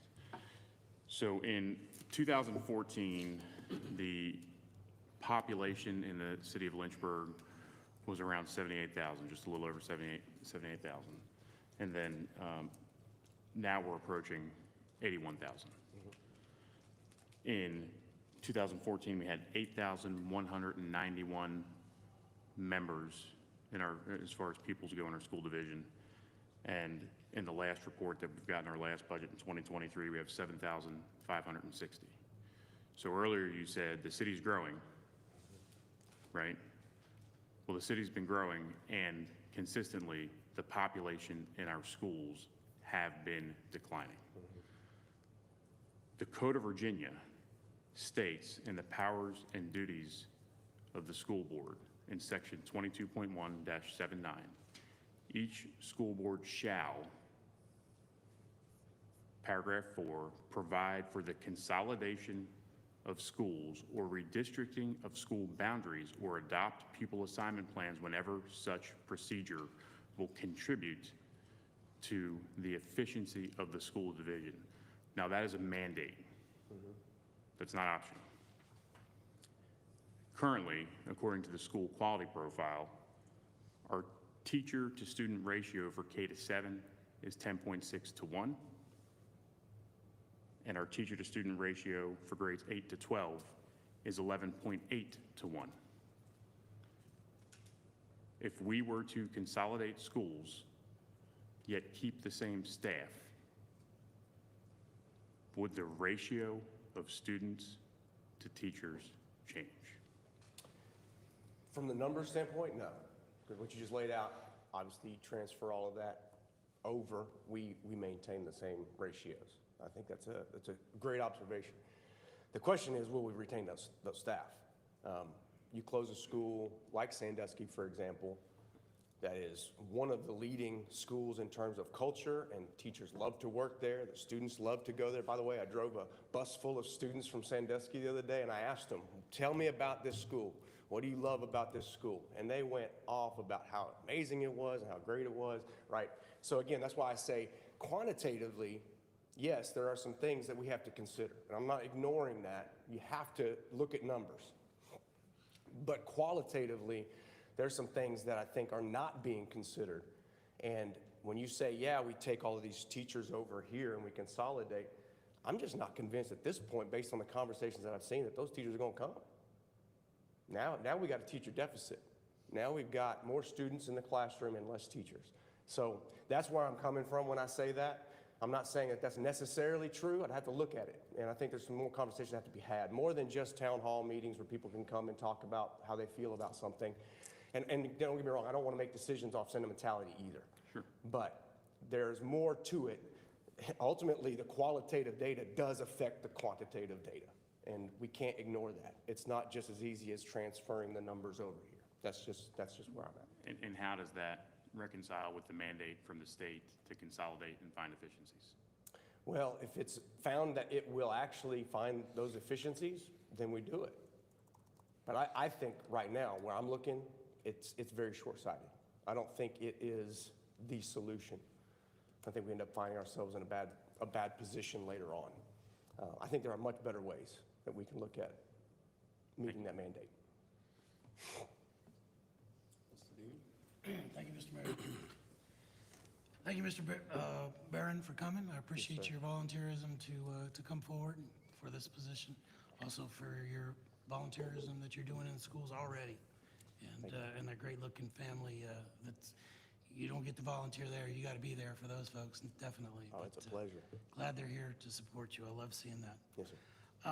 My question that I've asked a few times, I think every time that I've had two questions, but I want to make sure I get this one in. In 2023, the Lynchburg School Board denied a grant for an LGBTQ gender-affirming safe space at EC Glass High School for the Gender and Sexuality Alliance Group. This is kind of a two-part question. What is your position on having a Gender and Sexuality Alliance in our public schools? And second part, would you have voted to approve that grant funding? And let me just caveat that this is in no way a quid pro quo for my vote. I respect your intellectual intelligence to continue to get more and more information and make different decisions even tomorrow than you did today. Sure. Okay? But I am very interested in your answer to those two questions. Yes, sir. Actually, I mean, I was actually in the middle of this in a way. I failed to mention when it comes to my work within the schools. I sat on the Equity Task Force before it was shut down, as well as the Career Technical Education Advisory Board, which I currently serve on as well. And I was part of the Equity Task Force when this issue was presented, right? And a lot of the conversation around this issue, well, first, look of all, there's no such thing as free money, right? So if an organization is saying, hey, we're gonna give you $10,000 to do something with, part of the issue that I raised was, hey, we gotta look at what this organization is, what they do, what else are they gonna want from us, what are they gonna require from us? And so I understand, I think, based on what I've observed, that was sort of the response from the school board was, we don't like putting a brand on our school with this particular organization. I don't know enough about that organization to say whether I'd make that call. But I would say, on the other side, part of allowing people the space to learn how to seek truth for themselves is empowering them, students in particular, to create spaces where they can self-regulate, where they can deal with their emotions, where they can learn how to escape from judgment or bullying, things like that. And let's be real, and again, I think there was overwhelming community support for the safe space because it's been proven to show that it has great outcomes for the general student population. It wasn't just for one group of students, it was for all students, right? And we know bullying is still a very prevalent issue, not just in our school systems, but in our culture. And so giving students a space to work through issues, I think, was a fantastic idea. And it also dealt with other things like having menstrual products, which met another mandate. So I think the overall idea for it was a great idea. And I think it's a shame that it got shut down because of the organization behind it. So I think I would have voted to approve the grant because I think the money would have been used for really good things. But again, I would have to look more at the organization behind it to know what they were asking in return or what kind of things might come, what kind of quid pro quo might come with that, right? As far as government organizations or student organizations, I actually, when I was a teacher, I started a group after-school club I just called Hot Topics. And it was a high school setting, and students were free to come in, and we addressed everything you can imagine. Everything from abortion to legalization of marijuana to gay rights to all kinds of different civil issues. And it was an awesome thing to hear kids talk about it. Without judgment, they were able to talk through both sides of the issue. And I think we have to be able to create those spaces. And part of the United States of America, what makes us so unique as a country is we have the freedom of assembly. We have the freedom to express our beliefs. And I think if we're not careful, we can strangle that in our students. Our students already feel like they're not heard. They already feel like their voice doesn't matter. And so one of the things I think that's a bit of a tragedy out of that situation is that we had a student body that went after a grant and got free money, and man, was incredible watching that kind of thing happen amongst our students. And whether you agree with their persuasion or not, we sort of strangled that ingenuity, that innovation, that willingness to go after something. I know there were some other things done after the fact where we were finding alternative methods. I think we raised like $5,000 for a safe space, and so that's awesome. I think that's great. And again, going back to the organization, I don't know what it would look like as far as the fallout for putting their stamp on things in LCS, but I do think that there was a lot more involved there that was missed, unfortunately, because of that decision. I think it outweighed whatever perceived gains. Thank you. Yes, sir. So Mike, what do you think about vocational education at middle school through high school? I'm a huge advocate. I'm a business owner, for one. I see the opportunity to, well, one of the things I say a lot is somebody's gonna teach these kids a hustle, it might as well be us, right? They're gonna learn, they're gonna find a way to survive. They're gonna find a way to make some money. And we have a resource-rich city. We don't lack the budget funding and the programs and the things because we don't have the resources. We're just very poor at allocation. We don't talk to each other. Everybody's tight-fisted. We want to hold on to what we have. I think that the majority of the solutions, well, first of all, I think all the solutions we need, all the solutions for the problems in this community are already in this community. And so one of those is in the CTE field. I'm on the CTE advisory board. I think Robbie Dooley does a fantastic job with the CTE programs. Huge advocate for it. I think CVCC is fantastic. They do a great job with their academy over there that they have. I want to see a coffee addition to that academy. I would love to see us teaching kids how to barista and how to the coffee industry from farm to cup. So all that to say, I'm a huge advocate. I think it's a major and a very important part of allowing this city to thrive and investing in the future workforce of this city. Thank you, sir. Mr. Ferrari? How can we as a council do better? And when I say that, it's applied very generally, so it's really wherever you want to go with it, whether it's our engagement with the school board, how council's been approaching education, funding, you name it. Just how can council do better when it relates to the entire scope? And it's wherever you want to go with it. Yeah, that's a great question. I appreciate that question. I think if I could summarize it in a word, it would be listen. You got to listen. A lot of people have things to say, but we got to be willing to listen.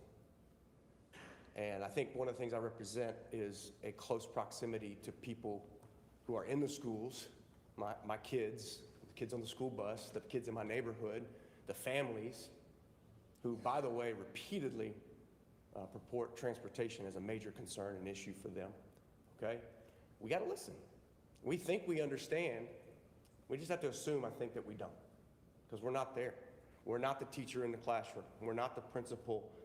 And we can hold people accountable and we can say, oh, you're not doing your job. But until we get next to them and look at it from their perspective and see what's really going on, stop judging the symptoms as though it's the root issue and get below the surface and adjust what is really the disease here. That happens when we listen. And so I think that would be my number one encouragement. And not to say you haven't listened, I just think we could certainly do a much better job. Very quickly, I've been thinking this for all 13 years I've been living in Lynchburg. What in God's name is the secret ingredient in the White Heart mocha? I'm kidding. Can't tell you that. Ms. Reed? So, as a business owner, you know that marketing is a huge piece of getting people in your doors.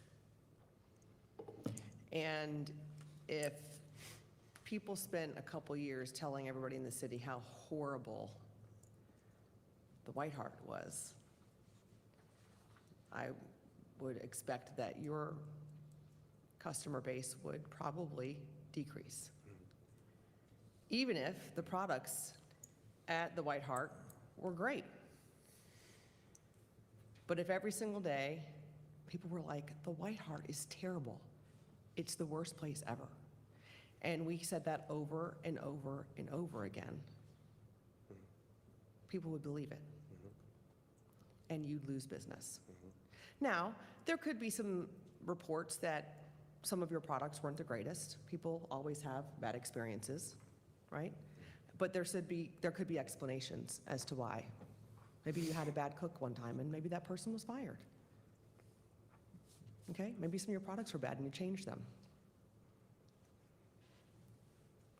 I believe that some of the issues we have at our schools and the reason for our dwindling numbers could be compared to that analogy I just gave.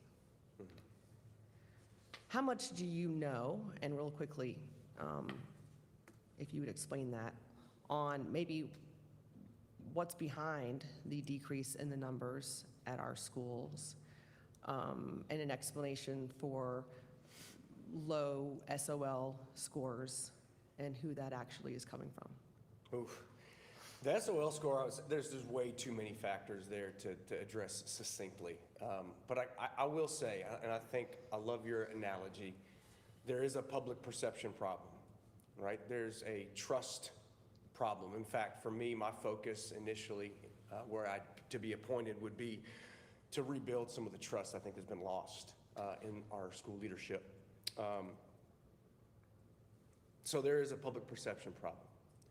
I think the world of LCS staff, teachers. I think they're some of the best I've ever been around. There's not 100%. Let's take the school transportation for example, right? Rated like a 1.3 on Google Maps, which I don't know why people are rating stuff on Google Maps for the school system, right? But that's reality. Those are some of the longest tenured, most dedicated, most loyal. I'm talking about 30, 40 years these people have been working in the transportation system. They're dedicated, they care about kids, and they just get a bad name, get a bad rap. And yeah, there's sometimes, because they're overworked and there's not enough drivers, they're stressed and they react, and that's what you get the reviews from, right? So there's a perception problem. In order for us to change that, we have to be able to listen more. We have to be able to get behind, again, the symptoms and look at what are the actual issues. If you want to really start tracking into what goes into SOL scores, we're talking about truancy. Truancy is also a symptom. Truancy is not the disease. There's reasons kids are missing school. One of them being because we don't have enough bus drivers. You know, we gotta fix that. When you got your mechanics and your entire office staff in the transportation building driving buses and you still don't have enough, we gotta fix that, okay? So in general, there's way too many issues that contribute to the overall, what we see as the data. The numbers only tell part of the story, and we have to get beyond the numbers to really understand what's going on here. But I think I have the perspective and a lot of experience in those areas to be able to help us drill down on them. Thank you. I appreciate that. I think that's the key, is having people on the school board who understand the rest of the story. I think that the 100%. public don't get the full picture of what goes into a lot of the data that is shared. And so I want to make sure that our candidates understand, you know, that there is a lot more that we're looking at or needs to be looked at when we're talking about our schools and considering what's going into all the decisions that are being made. So thank you. Absolutely. Mr. Wilder? Yes, it's not much time. What is your thoughts on the school budget, and have you had experience, but I know you're a small business owner. What are your experiences in work with the budgets? A lot of experience. I would say this. I think there's funding needed. I am a guy who does a lot with a little. Always have been. I was a poor kid growing up.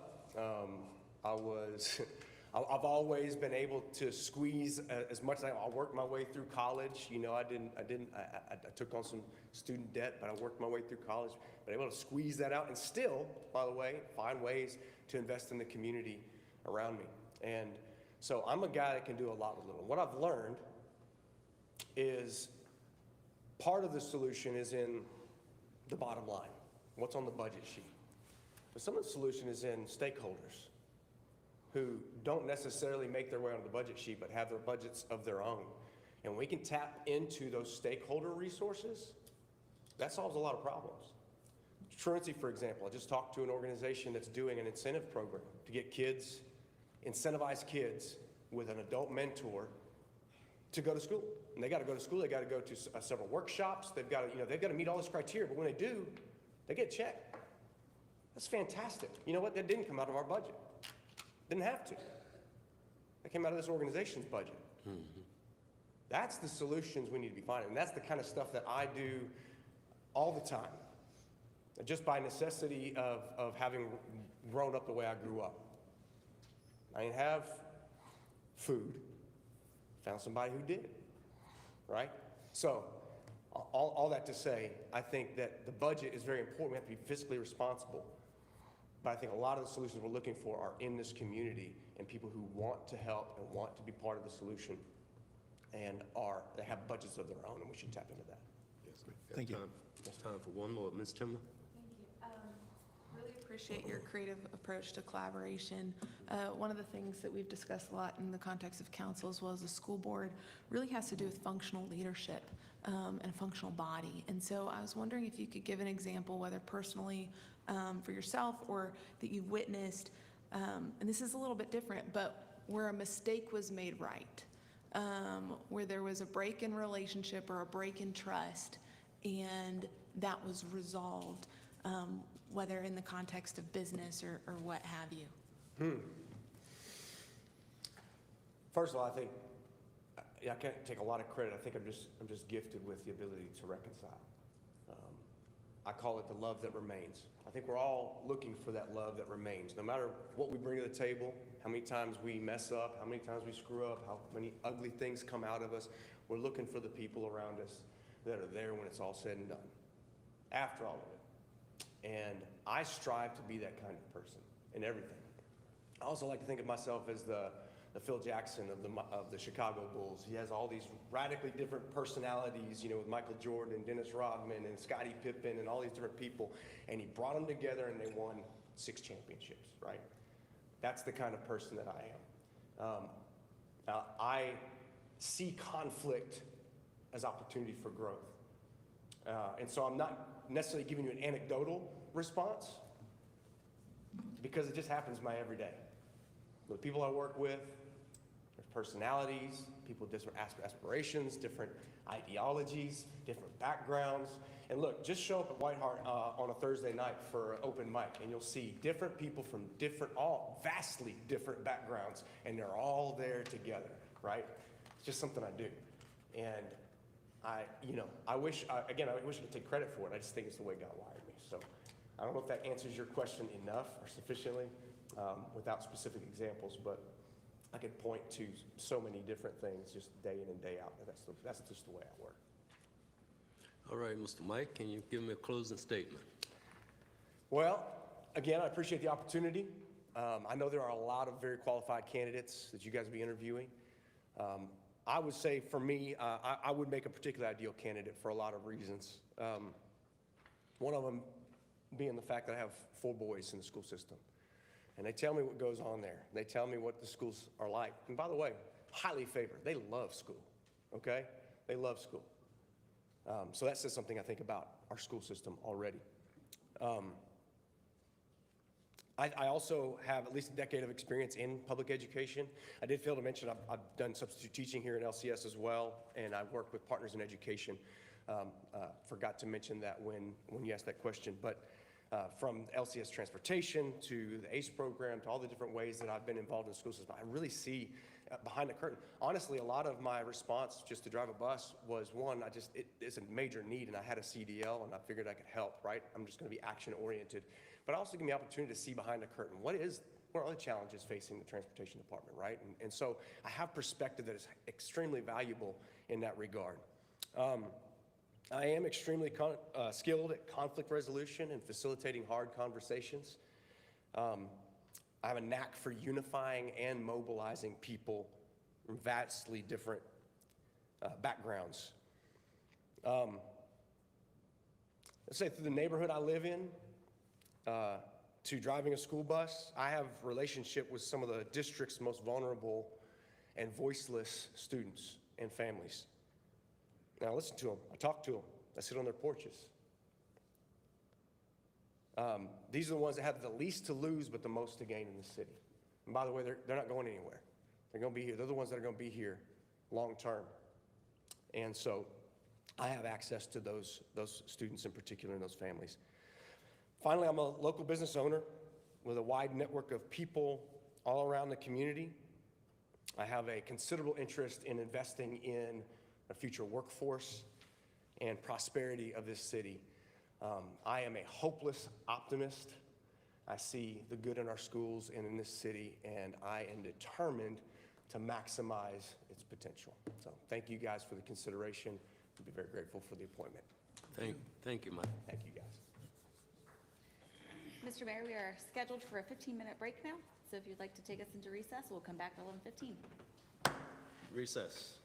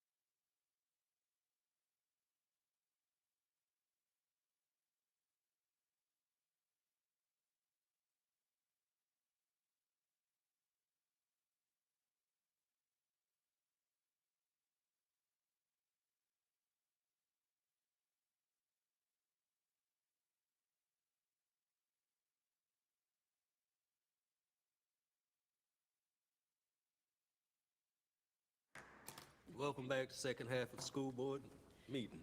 Thank you, Mr. Mayor. Starting us back is Deborah Trefsker. Thank you, Mr. City Council, for allowing me this privilege of interviewing with you today. And I hope to answer your questions honestly, directly, and to the best of my ability. So Yes, ma'am. I do have to explain, though, I have the same thing RFK has with his voice. It's a neurological thing. So it's a little hard, so I will try my best to make myself heard. But if you can't understand, please ask me to repeat. I don't mind. Thank you. Yes, ma'am. First question from Mr. Ferrari. Yes. Thank you. Will you vote to close Sandusky Elementary School? I cannot say unequivocally that I will vote not to close Sandusky. And I have to say my reasons. Because the city has because there's a limited budget, and the whole budget for the whole school year is $114 million, and it would take $20 to $40 million to build a whole new school. The school as it stands now is considered unsafe from what I've heard, and it's a tear down. I would not be opposed to putting up modular units, but I think I think there's a lot of other schools that need work, that need maintenance, and the reason we're in the situation with Sandusky is because we've kind of kicked the can down the road and deferred maintenance for many years. Stressful. So, yeah. I would ask you to maybe reconsider your response by saying this. The initial plan was for Sandusky to not close, and then this community that I represent was surprised with a closure that was not planned for. By even saying there has been a plan for decades to address this problem with Sandusky, there was never a proposal up until a surprise proposal to close it. So given that my election for my second term was hinged on Sandusky's survival and a critical component of why so many folks were angry in my district, in order to earn my support or even consideration of supporting your candidacy for this post, I need to know if you'll protect this district. Will you vote to close Sandusky Elementary School? So I would have to say no, I would not. I cannot say unequivocally that I would vote that way. Yeah. Then you won't have my support. Thank you. And I know Sandusky is it's a neighborhood tradition, and it's a well-beloved school, and it's right next to the middle school, and it's a good school, but I would just have to look at the whole picture. Thank you. Yeah, thank you. Ms. Reed? Good morning, how are you? Good morning. It's Fine, still thank morning, you. yes, okay, good. So, obviously the school closures are always an emotional topic for everybody. Everybody loves their schools. We're thankful for that they love their schools and want to fight for them, as we've seen them do. I would ask you to maybe do a little bit more research on the safety issue with Sandusky, because there was a report that came out from the school, the people that actually went and inspected Sandusky on what was actually found there. But it does definitely needs some improvements for sure. We can all agree to that. But the question I've been asking so far this morning is about the positive or negative impacts of the consolidations that would take place because of closures. So you're a former educator, correct? So you understand, what happens when there are increases of numbers in the classrooms.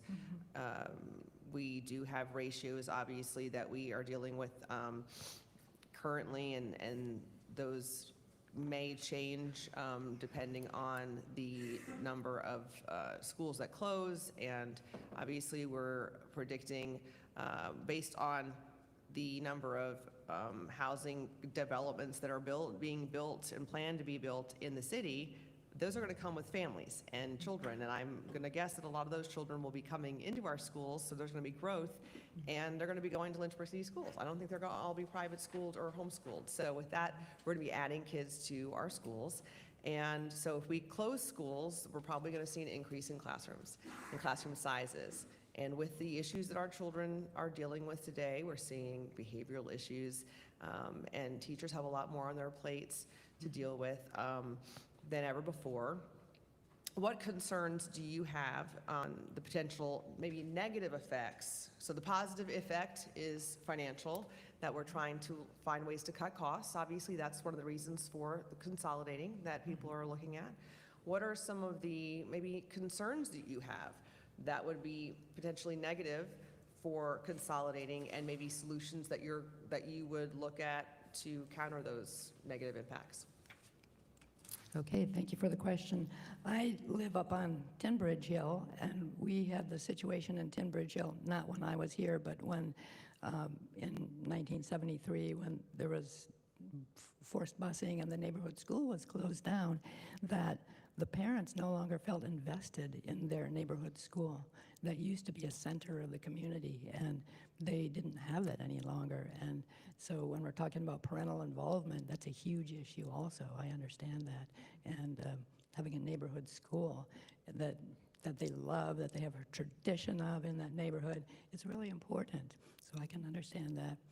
As far as class sizes, I have different opinions about that, because I have taught in all different class sizes, and like even in China, very big classes and perfect discipline. The kids were learning. So I think there's a lot of other factors to consider when you're, and not just focus on class sizes for the excellence of education. So. Okay, well, I guess my thought is and I appreciate your experience overseas, but the way that they're perfectly disciplined over there and allowed to be is very different than what we're allowed to do here. Wouldn't want that here. Correct. So, because we can't do that here and would want to, I guess, and I'll pass it back to Dr. Weiler, but there are things to consider with, positive and negative when we're looking at the consolidation thing. So that's one thing I'm looking at with the candidates we're interviewing, is that when we're making these decisions that have long-lasting effects, we have to look at the pros and cons and the effects it'll have on the strains to our teachers who are already feeling strains as well. And that we really have to, before you make a decision like this, look at all those things. Thank you. Thank you. Dr. Wilder? Yes, thank you so much for your willingness to serve. We really Yes. appreciate that. It's so important to volunteer in our school system and work. Please share with us how you volunteered in our school system here in Lynchburg, and what school in particular that you and your children have really worked with. I have not volunteered in the schools in Lynchburg. I'll just say that right up front. I have volunteered in the CASA program, so I have had some, I've had acquaintance with public schools and going into public schools to get records and so forth. And I have a lot of communication with those foster parents and those kids as to what goes on in schools. And I've talked to a lot of parents, a lot of teachers, students, and so I'm familiar with what goes on there. But I have volunteered in a lot of places all my life, starting with an Indian reservation, a Sioux Indian reservation, when I was in college, teaching literacy there. But as far as the Lynchburg public schools now. So you haven't volunteered, you haven't been in our schools at all? I've been in the schools, but I've not volunteered there, yeah. Any particular reason why you haven't volunteered in the school system you want to serve on? Because I have been helping in other ways. I love the kids of Lynchburg. I love our city of Lynchburg. I love my community. I've been doing things in my community. I've been, working with kids after school. I've been reading to them. I've been giving them rides. Yeah, so a person can only do so much. Yeah. Thank you. Thank you so much. I appreciate it. Ms. Timmer? Thank you, Mr. Mayor. Thank you for your time today. A question that I've been asking all school board applicants has to do with the role of absolute truth in education. And a little background to that question, I'm also thinking of that in regards to its application in maths and sciences and curriculum. Would you mind speaking to your view of absolute truth and whether or not that has a role in education. Thank you. Absolutely, thank you. Absolute truth, yes. Absolutely, I definitely believe in absolute truth. If I go into my bank and say I want to take out $1,000, but my bank account record says there's only 500 in there, I'm going to get absolute truth coming right at me, right? So we do live in the real world according to absolute truth, and there is, and in the schools, it's very important. Starting out, there must be truth and transparency in assessments. So we need to know how we're doing in order to progress beyond that, right? And I find that it's a little bit difficult to find those numbers in the how the public schools are doing. And also the truth of gender. There's a man and there's a woman that God made that way. Truth in American history, that we do have, that our country was founded upon Judeo-Christian values, and that is what made our country great. And the truth is that people are voting, thousands and thousands of people are voting with their feet every year, every day to come into America, voting for that they believe in America, while I don't see anyone trying to go into socialist countries because of the quality of life there. So I think a test of truth is the fruit of truth. I think if something is true, it'll bear good fruit. And if it's not true, it will bear bitter fruit in society, in people's mental health, in families, in chaos and destruction. And yeah, so I think it's super, super important. Oh, and one more thing about truth. So in science, I know evolution is taught in science. Well, I think we should bring in creation as well, because we should teach them side by side, and that can be an avenue for the kids to learn to discern what is true, right? They need critical thinking. They need to discern what is true and not true, what is false. Okay, yeah, thank you. Mr. Mission? Thank you, Mr. Mayor. Good morning, Ms. Trevsker, and thank you for being here. Yeah, good morning. So, a lot of information that's getting ready to come at you, so I'll try to make this as clear as I can. In 2014, the population in the city of Lynchburg was around 78,000, and we had a school membership of 8191. Now, last year, we had a population of about 80,000. School membership declined by 631 to 7,560. So the population went up, school membership went down. The current school quality profile from the Virginia Department of Education shows that we have a teacher-to-student ratio of 10.6 to 1 in grades K through 7, and a teacher-to-student ratio of 11.8 to 1 in grades 8 through 12. There's been lots of discussions about consolidation and the closure of schools, for lack of a better way to say it, because that's what's involved in consolidation at times.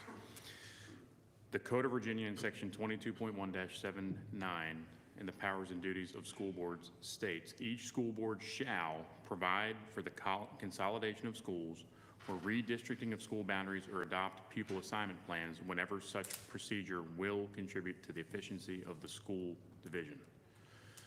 So the first part of this question that I have is, when the ratios are what the ratios are, if we keep all the staff, will the educator to student ratio change across the division? And as a school board, should we be making decisions based on the threat of staff resigning because their preference isn't going to be what happens?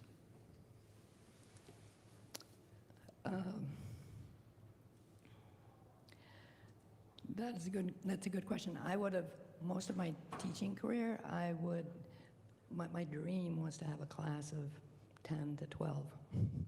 That's a great number. But to answer your question more directly, I think if we build a school system, a quality school system, it's like that movie, Build It and They'll Come, right? I think people will come if the teachers will come, if we build a school system where everyone is accountable, the standards are high, academic standards are high, teacher standards are high, principal standards are high, superintendent standards are high, and everyone is held to a standard, and the kids' discipline standards are high. No, and I think we just need to do what's best for the whole city, right? There's only a certain amount of money, and that brings you back to the taxpayers. So it's the taxpayers who are paying the money, and we are serving the taxpayers. We are serving families, and it's really not fair that only 70% of the 30% of the families are not even using the public school system for one reason or another, but yet they have to pay. So I think we need to put the education of kids first. I believe that's what parents want, right? They want their kids to learn to read and write and do math, right? And maybe throw in a gratitude for their country and some character education. They don't want their family values to be undermined, right? And they don't want ideologies taught that will cause their kids to disrespect them, that will cause fighting one group of kids with another group. But yeah, I just think we need to look at what's going to be best for the whole school system and look at the numbers carefully. And I just have a suspicion, it's pretty well founded, that there's a lot of things going on in the school, a lot of positions that are not direct, they're not for the kids, they're not for teaching the kids. Talked to someone the other day, she was a movement teacher. I don't know what that is. And I don't know, down at City Hall or down at the administration building, I don't know how many times I've called them, and they have 5 people that are on their communication and community involvement, communication staff, and I had the hardest time getting a hold of anyone. And I just suspect that if we hone down if we homed in on really educating the kids, the basics, that a lot of the other things would fall away, and there would be enough money for what we need to do. And incidentally, I've done some research about what's going on in school systems across the country, and Mississippi, who's the poorest state in the nation and spends only, I think it's $9,000 per pupil, is actually at the top of the heap for literacy. But it wasn't that way like 10 years ago. It was like at the lowest. And then they came in, they did specific things. They made specific changes, classroom changes, administration change, but things that went down into the classroom, and they changed that. And they're not spending, I think in Lynchburg we spend $15,000 per child.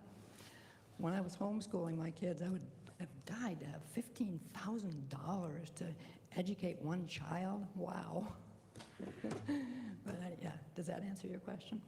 So one part. The second part was, do you think that that the school board should make decisions based on the threats of staff? It was mentioned previously that teachers at certain schools have threatened to resign if they were to be reassigned to another school. Do you think that we should be making decisions at the school board level based on the threats of staff?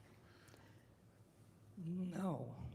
We should not be making decisions based on anything besides what is best for the kids and teaching the kids what's best for the kids and families of Lynchburg. And I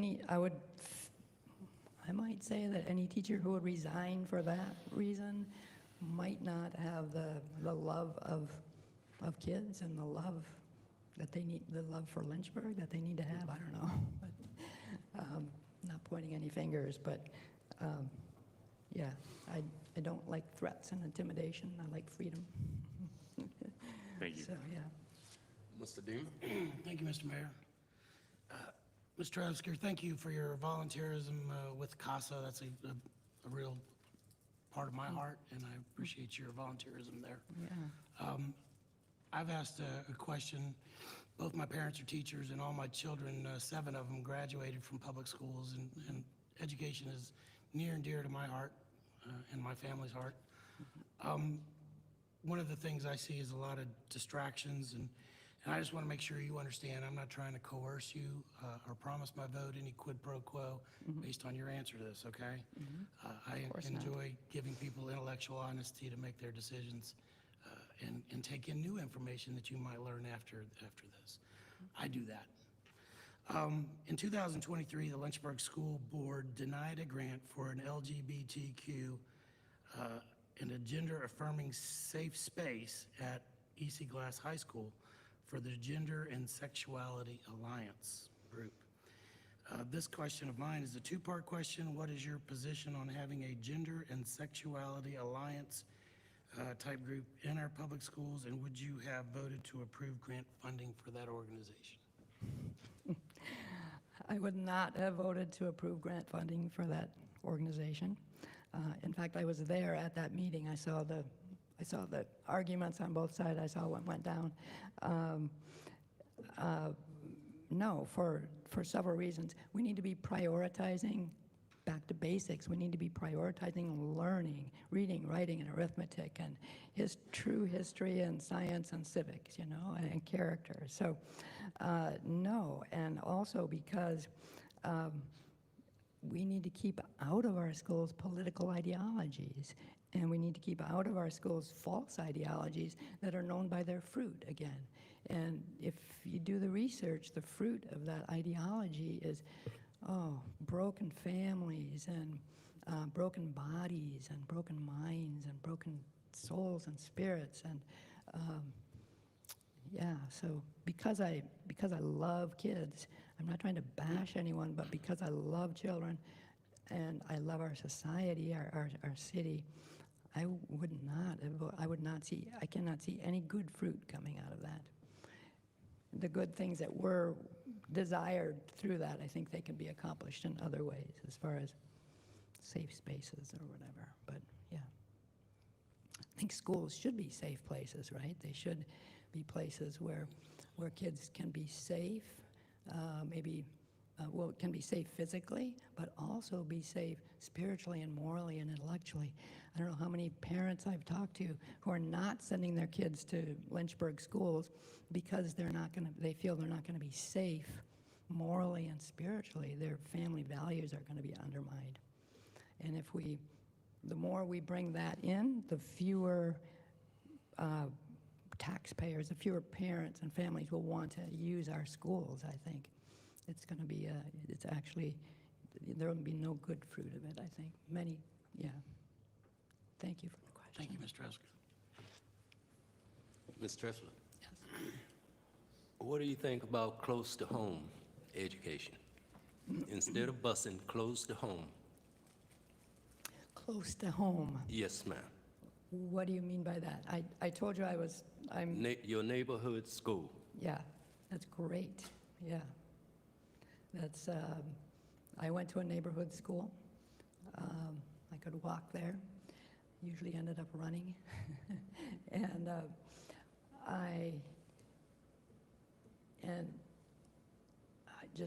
I've read the memoirs of the older people who live up in Tin Bridge Hill now, or who used to live there, and they just had a sense of community. They had, their families were strong.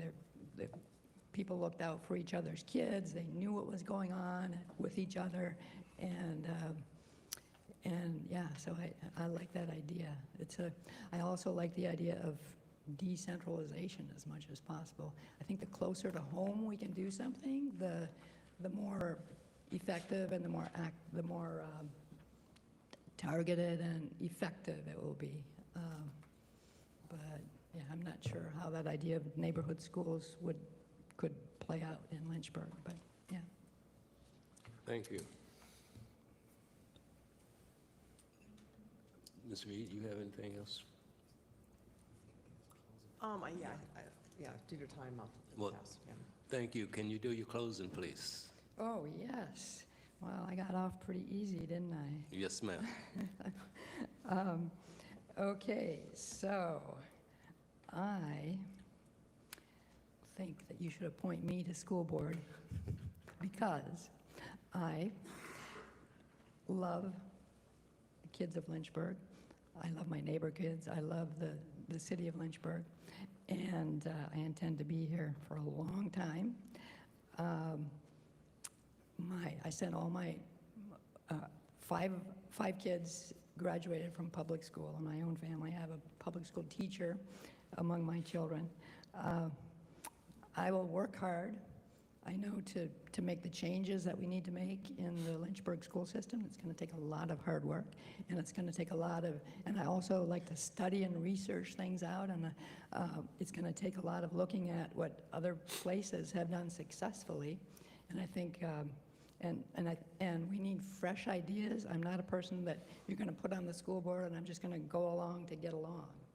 I'm going to try to bring fresh ideas, look at the truth, and bring fresh ideas. Vocational training is an amazing idea. And let me just speak to that just for a second, that we need to stop projecting the attitude that going to college is up here and going to vocational school is down here. No, God has gifted everybody differently, right? And vocational school is just as good as college.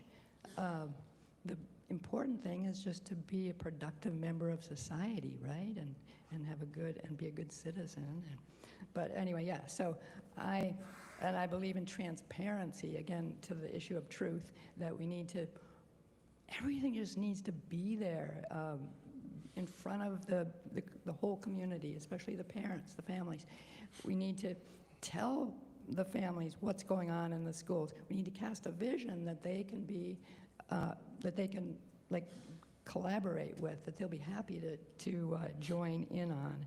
And we need to serve the kids and the families first, not the administration, not this group of people, not people whose feelings we don't want to get hurt, or I don't know, just the kids.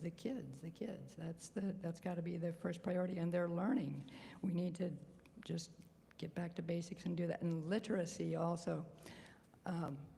So the Mississippi, as I said, turned their schools around, and they had a specific way they did it. And one way was retaining kids in third grade. They called it a reading gate or something. They had to pass at a certain level to get into fourth grade, and the grades improved all the way on up through high school when they did that. And anyway, so just ideas like that. So I bring fresh ideas, and I would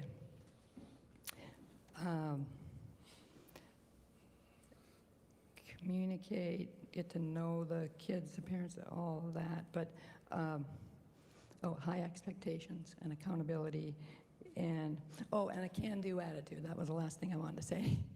A can-do attitude. So sometimes I get the impression from what I have seen at school board and what goes on, I've heard that it's business as usual. We can't do any better. All the schools are failing. All the schools have about a 50% literacy rate, right? And it's statewide, and especially in the poor communities and blah, blah, blah, the inner cities and all that. But if Mississippi did it, we can do it. We just need to have a can-do attitude. We just need to want to do it, and we need to have a can-do attitude. And I will be somebody on school board who will have that can-do attitude and just work as hard as I can to get it done. So, thank you. Thank you. Thank you. All right, Mr. Mayor. Up next is Dr. Karen Warren.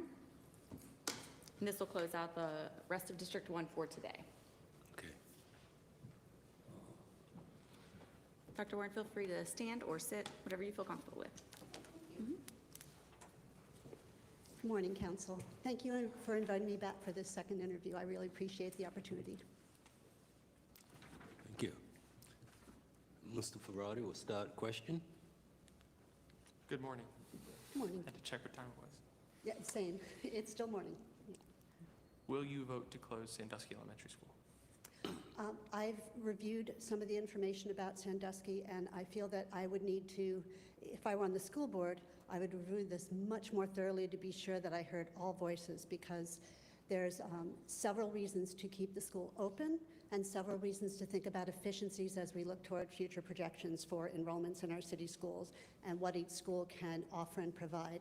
There's a clear desire among Lynchburg city residents to have an emphasis on neighborhood schools, and Sandusky has a long record of being successful in that regard, being beloved by the people in the neighborhoods. And also it has the opportunity to provide some specialized opportunities, particularly in STEM. So I would not render a decision on anything without thoroughly doing the research. So that's something that I would revisit. I would want to hear the opinions of not just the other school board members, but of this council, and especially of the community members who are there, the teachers, the students, the parents. Look not only at the data in the past, but also looking at projections for future needs for school space, and looking at deferred maintenance and what kind of costs and opportunities would be there. So I'll give you just a chance to reconsider your position, because I represent a district that spoke quite loudly when they were surprised by the closure. Because while they were surprised by the closure, or the plan for closure, if you remember, there was not a scenario where Sandusky was going to be closed. And then out of left field, it came up.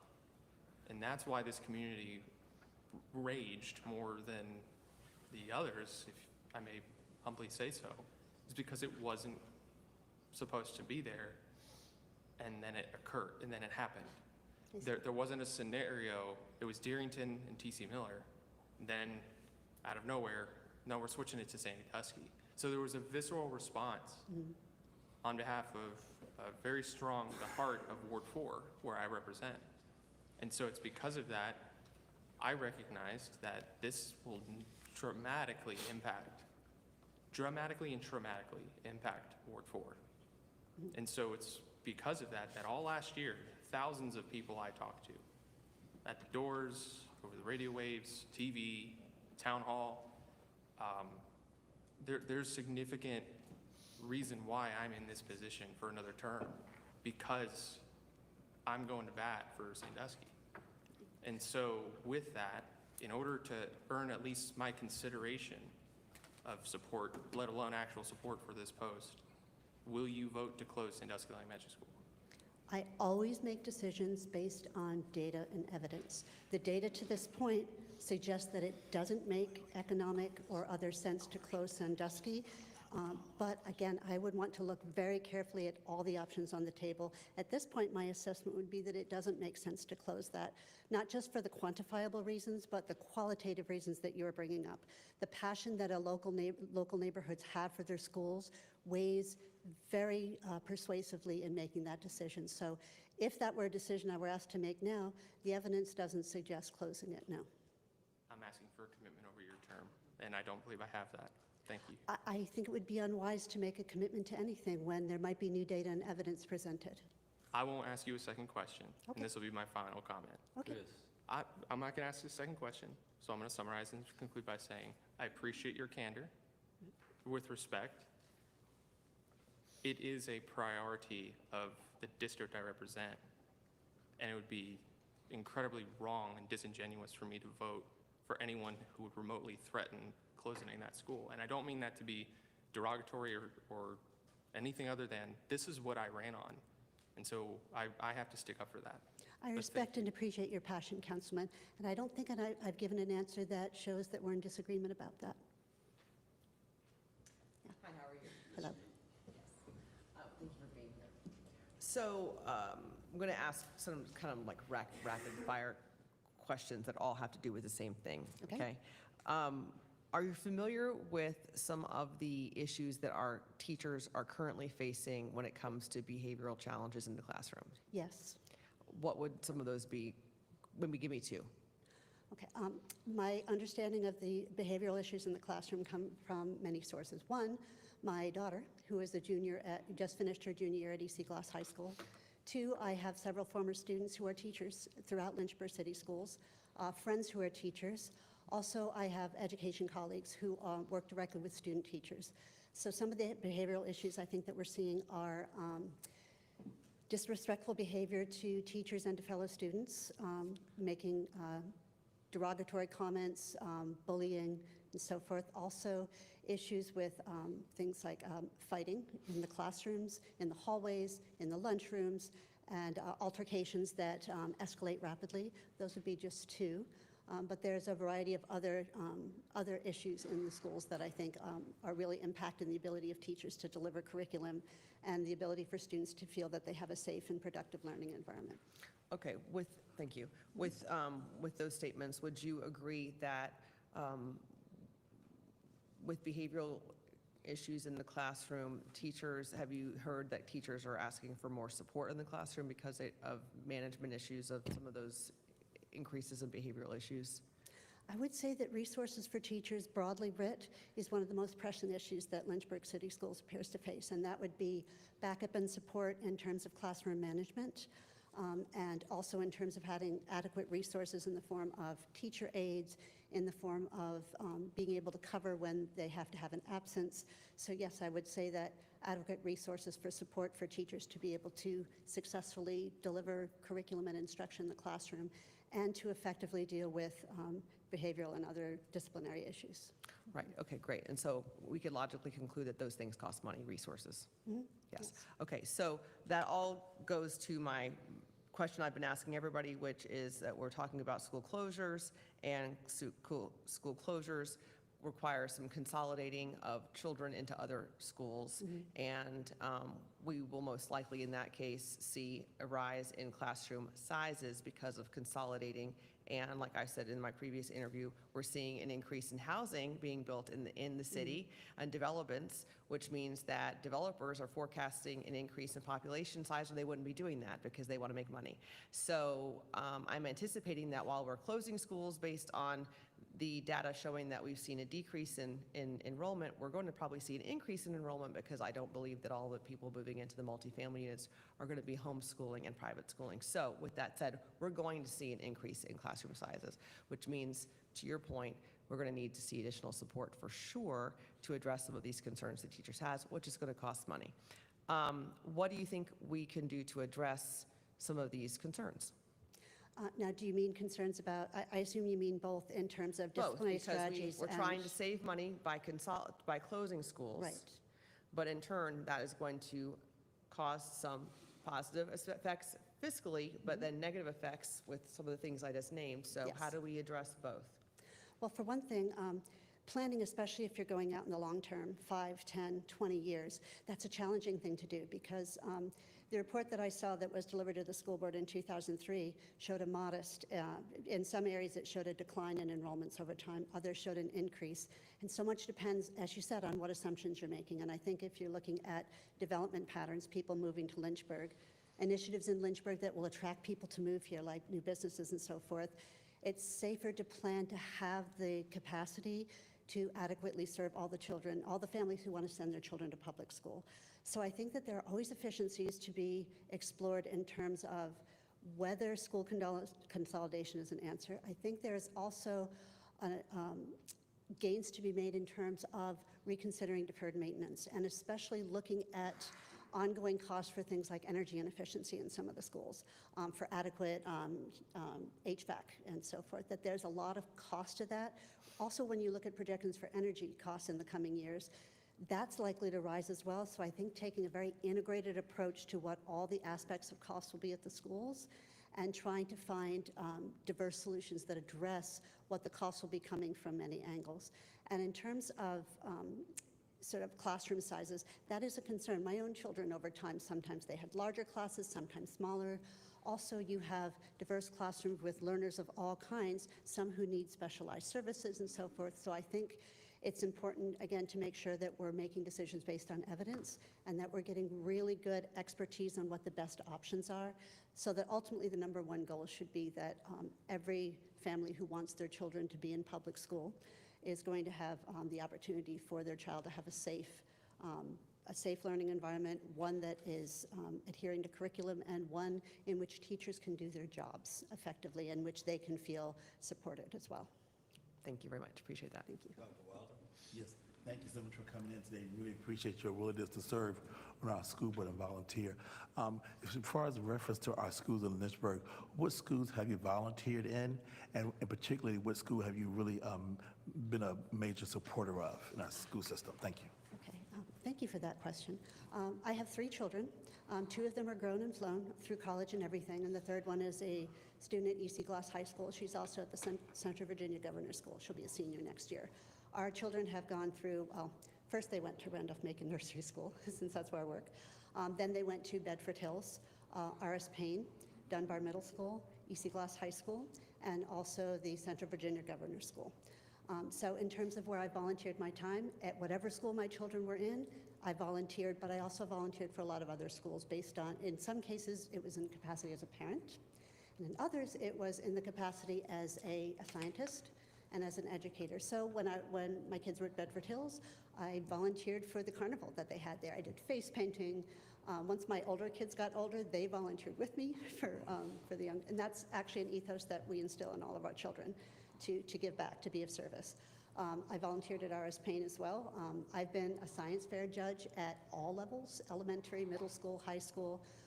I've also, this year, both my husband and I, who's back there, we both got trained to be forensics judges for the EC Glass forensics team. And also my daughter was the captain of the forensics team, so we did a lot to help out with team snacks, making pots of chili, that sort of thing. But also some other ways that I volunteered.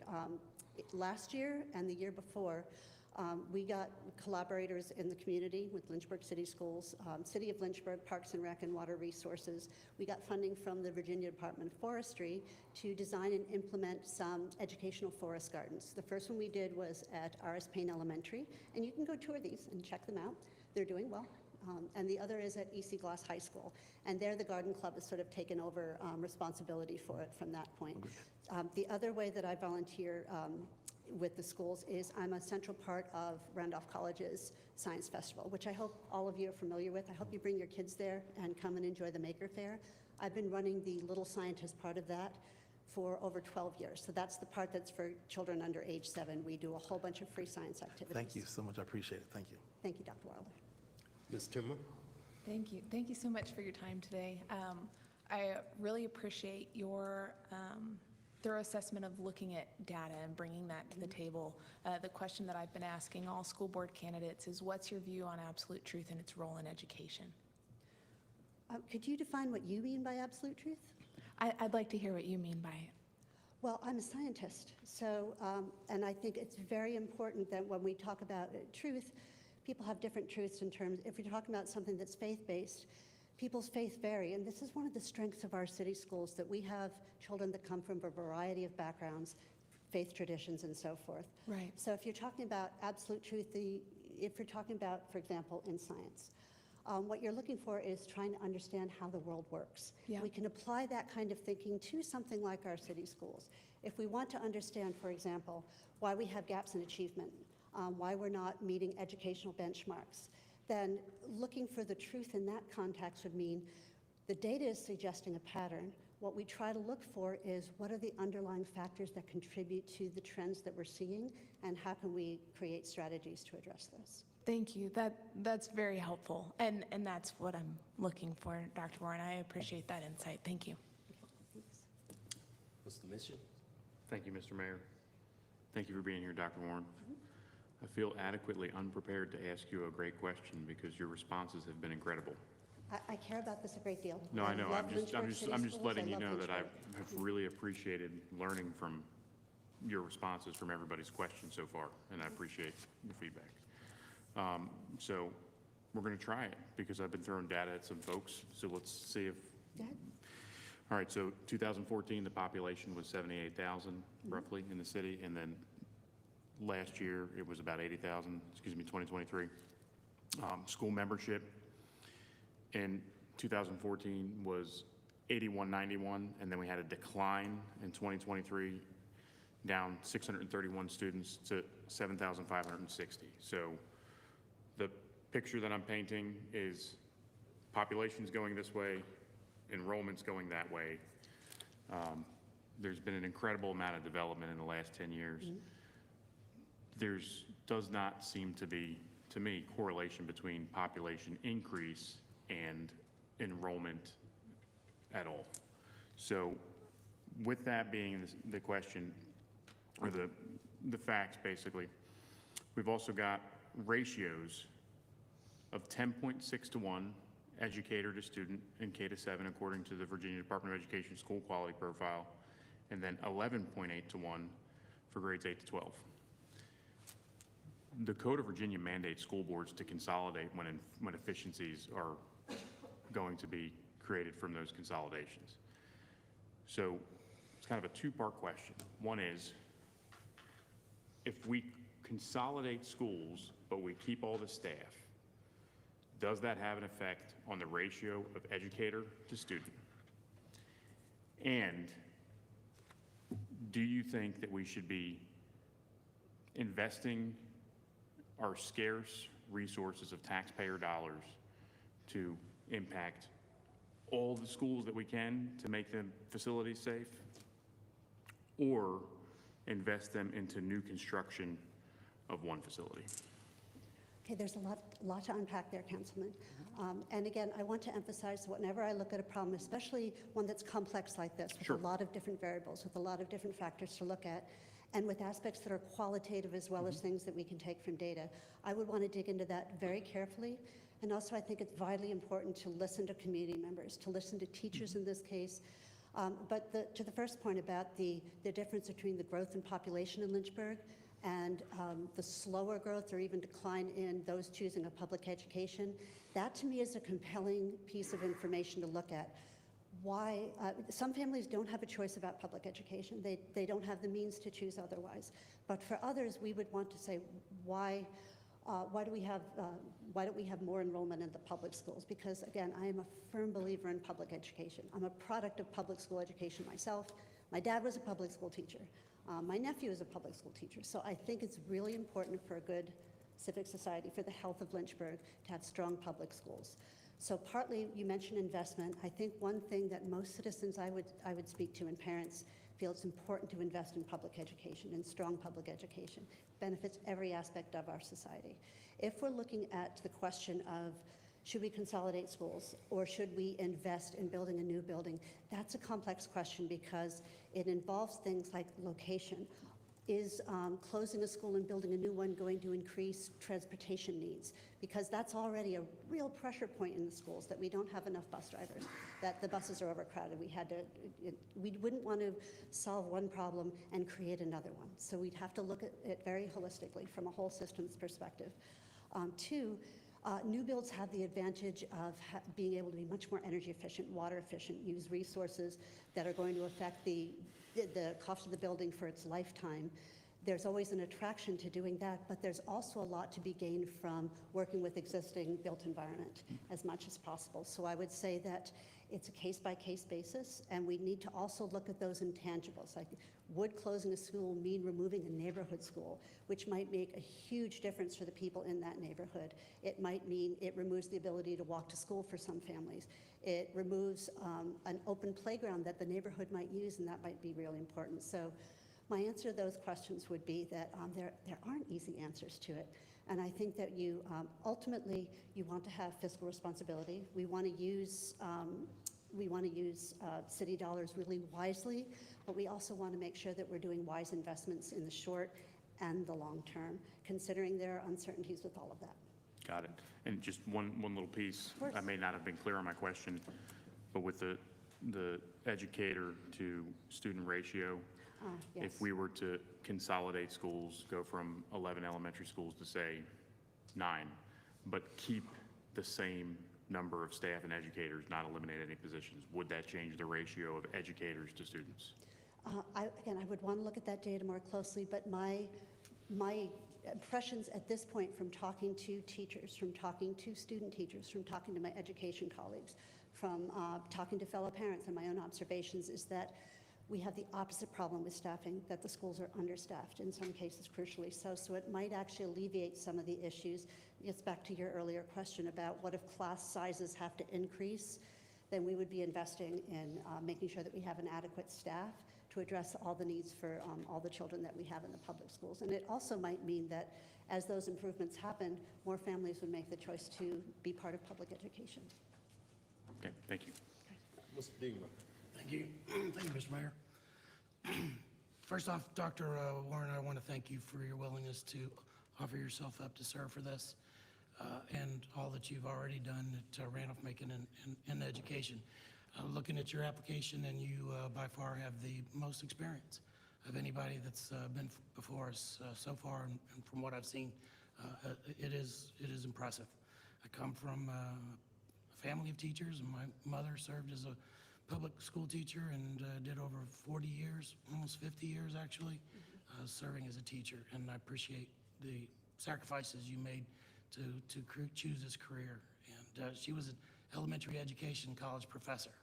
So she taught elementary teachers or people who wanted to be elementary teachers. I was trying to pull up your resume. It's probably a problem with my system because I really wanted to delve into it a little bit more, but I wasn't able to get it to pull up the Warren docx.pdf that's in our civic clerk package. Oh, you've got a copy? That'd be great. I will definitely take a look at that. Of course, ask me anything you like about it. Thank you. I appreciate your data and science-driven approach to things. Let me just be clear that my question in no way is a quid pro quo, and I won't even follow it up with a follow-up question. I don't want to create an argumentative environment for you. I appreciate that your independence of thought and independence of being able to change your mind if you need to based on additional information is exactly what good scientists do. And it's the way I approach city council, so I appreciate that. So I'll just ask my question and then we'll not follow it up. But I do want to know specifically, you may have heard my question already, the Lynchburg City School Board denied a specific grant for an LGBTQ and gender-affirming safe space at the EC Glass High School for the Gender and Sexuality Alliance Group. My question is two-part. What is your position on having a Gender and Sexuality Alliance in public schools? And second part of the question was, would you specifically, having that opportunity, if you'd been on the board then, would you have voted to approve the grant funding for the sexual gender group?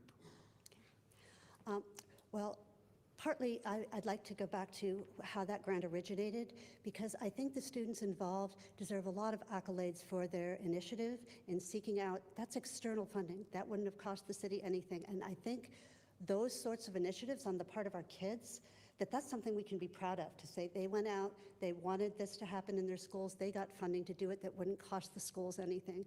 And I think that we should be encouraging that kind of initiative. Secondly, I think partly what happened saddened me because I think a lot of it had to do with misunderstanding about what the group was and what the intentions were. That what the intentions were was to make a safe space for students of a particular identity. And I think, again, one of the things that makes our schools special and important is to recognize that we have a very diverse student body. We have students of many different races, religious backgrounds, socioeconomic backgrounds.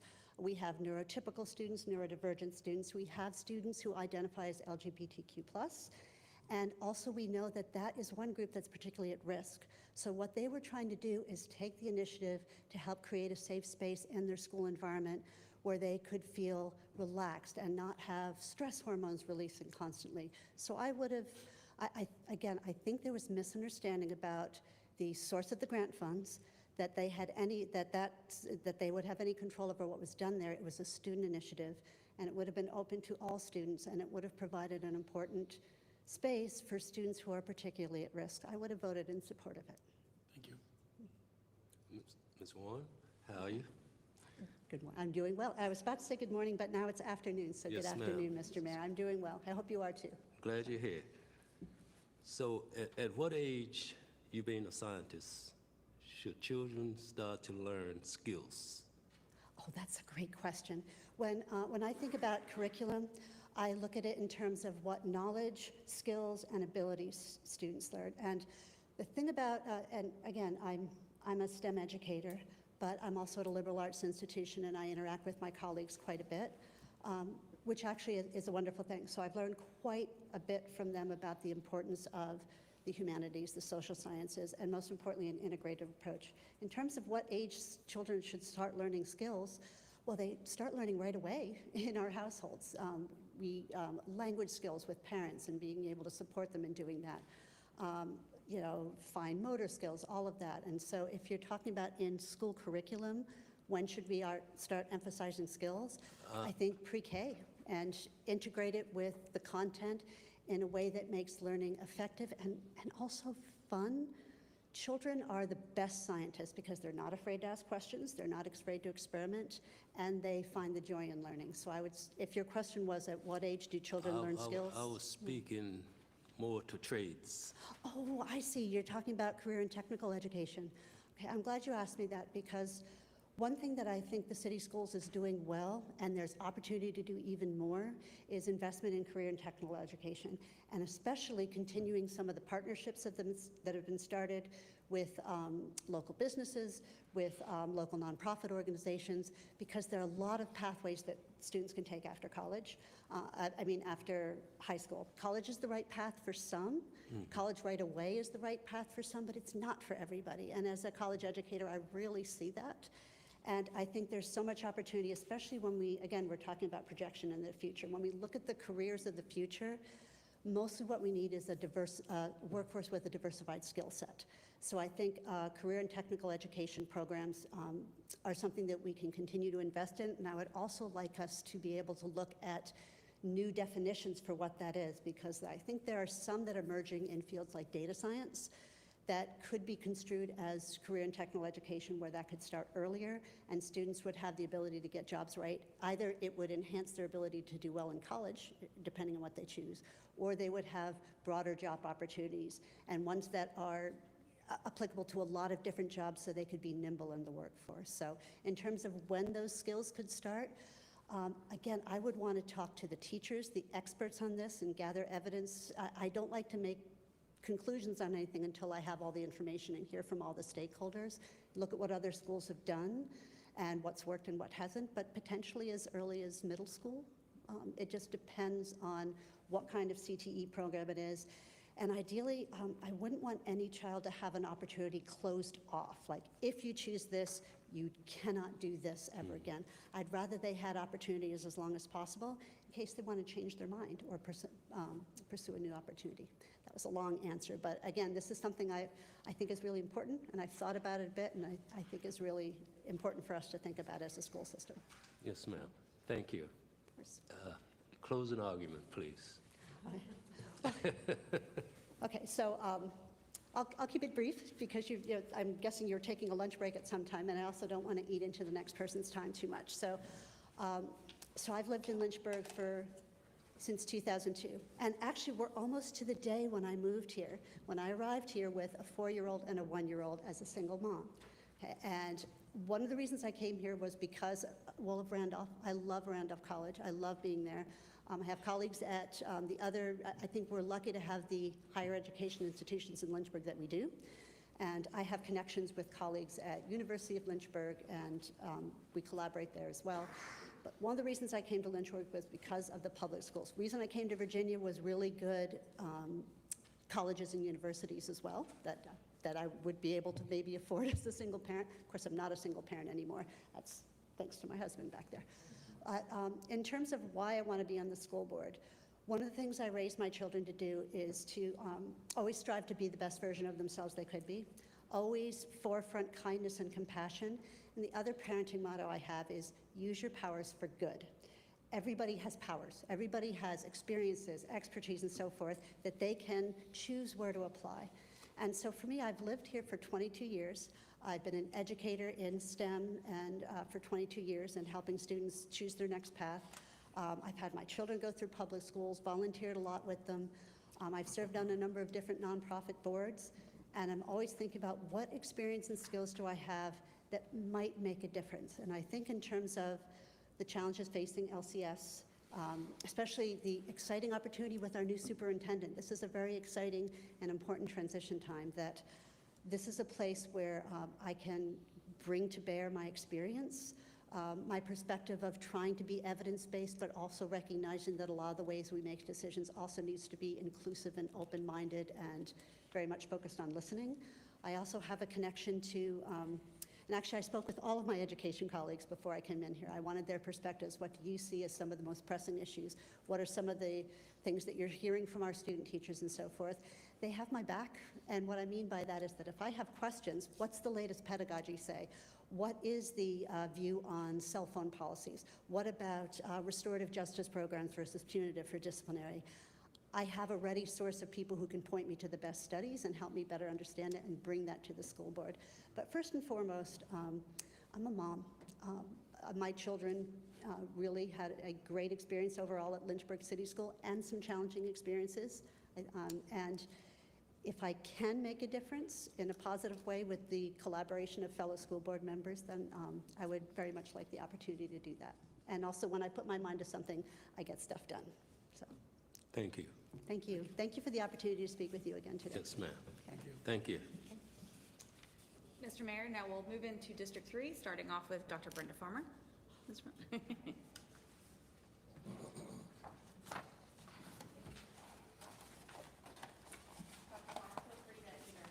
Stand at the podium, whatever you're comfortable with.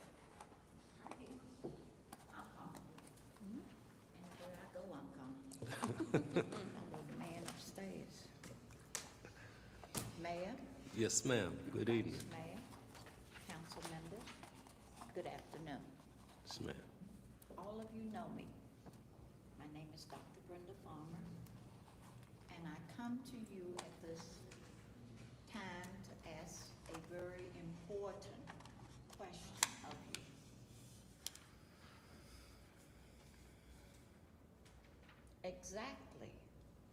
Exactly how are we going to move forward with the problems and situations that we are confronting today? I come to you at this hour to ask the question, have you considered the assessment that was done in year 22 about these scenarios that we got in closing the school, in renovating, and different ideas that they gave us? Have you considered them?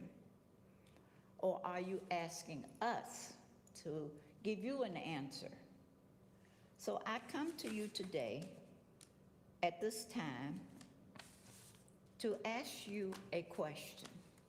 How can we work together to get our community and our city back on track?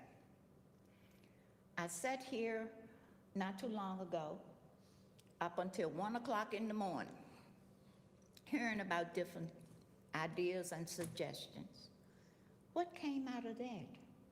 I asked the Lord, I said, Lord, now, you set me here until 1 o'clock in the morning. What has this got to do with bringing us together? And he told me, I'm going to get you answers. And he did. I am a professional volunteer. I go to different, wherever I'm needed, okay? I've been appointed as a mentor and to help with the SOLs at Paramount School. I was asked by Whitney Board if I could mentor one of the youth in James River across the bridge. And I told them, I don't care where they send me, as long as I can help somebody. That's what I'm living for. And I brought him out of his shell. And now he looks forward to me coming on Friday. And if I'm not there, his daddy called and said, he was asking for you, are you coming? I said, I'm running a little late, but I'll be there. It's how you approach things. I have a silent mouth, this tornado mouth, and I have a listening ear, and I like doing my research. I like to be able to, if I say something, back it up. And please don't try to degrade me by going against my principles, because I will not move when it comes to the man upstairs. So you might not want me on Lynchburg City School Board, because I believe in doing things right. There is no right and wrong answer. You have to come together as a team. That's what I told my team players this morning over at the Lynchburg Registrar's office. I wanted them to know that there is no I in team. We all come together to learn. Nobody on this council knows it all, but you gotta do your research. And when you stand up and open your tornado mouth, you gotta do your research and know what you're talking about. Now, on this scenarios, I got all 4 of them. I did my homework, okay? You got it. We have 11 elementary schools. 11. Do we have enough students for 11 elementary schools? Have we thought about consolidating, moving some of them around? Do we have the money to tear down Sandusky Elementary and rebuild a new school? Have we thought about that? You have to do your research and know.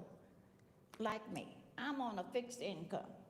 So if y'all raise my taxes or raise this or my water or whatever, I'll make a way to do, you know, because I am a respecter of rules and regulations. I do. I go by the rules and regulations. I might not like them, but I do respect them. So this is me. I'm Brenda. I can't be something that I'm not. But if I tell you and I look you in the eye and tell you, you can bet I've done my research, okay? So I did. Ms. Mama, Yes. now it's time for us to interview you. Oh, praise the Lord. I thought I was already being interviewed when y'all gave me them looks. Okay. Now I have my test, my papers work, so just go right ahead. Yes, ma'am. Mr. Parati? Have mercy, Mr. Chris. Councilman Chris. I'll never forget the first time I met you, the food truck on 5th. And I admired you. and I need to get back there. So I'm looking forward to doing that with you when I they hope open so. back up. I'll put you on either the carrots, what don't nobody want, or the squash, what they always asking for. Right. Based on your research then, will you vote to close Sandusky Elementary School? Well, Councilman Chris, I have to go by what was presented to us, and I have to look at everything. I have to analyze everything to make sure that we have the funds to do it, okay? And then I have to talk to the parents and see what they got to say about it. So often we make decisions that we don't consult the parents. If we don't have the parents, we don't have the children. So I would first of all do what the study did, talk to everybody and make a logical solution to the problem. No, I'm not for closing the schools. I'm not. I raised 5. All of mine went through Lynchburg Public Schools. 4 of them went to college. College is not for everyone. I had one go to trade school. But to close that school, that would hurt my heart because one of them went there. But no, I wouldn't be 100% for closing that school without proper documentation. Just to reiterate, because I've said this to everybody, and I want it to be known to every candidate why I'm asking the question, is because last year this was a critical component to me serving my second term. And it was that surprise to parents that Sandusky wasn't in the plan to be shut down. and then it was. It was supposed to be, and it's what happened. It was supposed to be Darrington and T.C. Miller, That's right. and that changed. And so that's why I'm asking the question. I might follow up with you on it on my second if I have time, but I'll yield to my colleagues for now. But also, Councilman Chris, it's also Sandusky had a D on this report. So I had to go and do some investigating. Why you got a D? Was it the building? Was it the school? Was it the staffing? Was it the bus driver? What caused the D? That threw the light bulb on for more research. Because when you open your mouth, you ought to have logical, documented proof. I'm from the old school, Councilman Chris. I like things in black and white, so I can go back and say, yes, that's right. And I know that you ran on one of those. I know that. And you probably did your research, because you're a smart cookie, okay? I know you did. But you gotta look at everything. You can't assume anything, and that's what gets us in trouble, when we assume. You can't assume. I hope I answered your question. I probably didn't, but that's Brenda, and you know me. Ms. Reed? Hello, Dr. Farmer. How are you today? I'm very well. Good. Thanks for asking. I'm glad to see you. Thank you for being here. So, you and I have a lot in common. And one of the things that we have in common is that we both love lots of people. We do. And I think we've both been told by lots of those people in many of the different things that we do, and especially I know in this role up here, people do not like us, any of my colleagues really, to be political, even though this is politics, city government, and people have criticized school board members. They don't want school board members to be political because they don't want politics in the schools. And so my guess would be that there's going to be people maybe that are looking at you as a political member of the community because of things that you've possibly participated in, let's say. And they may have opinions of you because of that and maybe not give you a fair shake at this potential appointment. So I want you to be given a fair shake at why you are should be considered for this role in the sense of, or maybe people watching. You know, I think we all need to be considered for why we truly have a heart for children, or why you want to be considered fairly for serving on the school board and what you can offer. I know you gave a good introduction, but I think for people that might be concerned about any political connections that you have, or what is it that you want most for my colleagues or anybody watching to know that is your strength in coming onto a school board that you have to offer as far as being able to make an objective decision on behalf of the children and the families of Lynchburg City Schools? Councilman Stephanie, you and I go a long way back. And you know that I answer to him, okay? So these people that are criticizing me, they don't have a heaven or hell to put me in. And look what my Lord and Savior went through from you and I. So politics to me doesn't have place when it comes to what's best for the community. I don't care what they say about me. I was told yesterday that I don't know nobody. And I told them, I know the man upstairs, and I know every one of y'all, so it don't make me no difference. So they tell me I don't know anybody. I'm going to do what's best for the youth and for the seniors. The youth is our future. That's why I want to be on there. No, I'm not a school teacher in the sense that I am an instructor for Eastern Theological Seminary. I teach bishops, elders, deacons. Well, that's my role.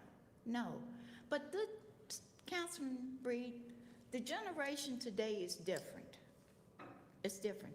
And what my colleagues is doing for 20 and 30 years is not going to cut it right now.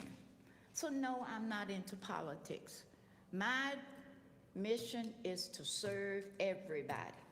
And when you make that pledge that we do at every council meeting and end it for everybody, that includes our youth.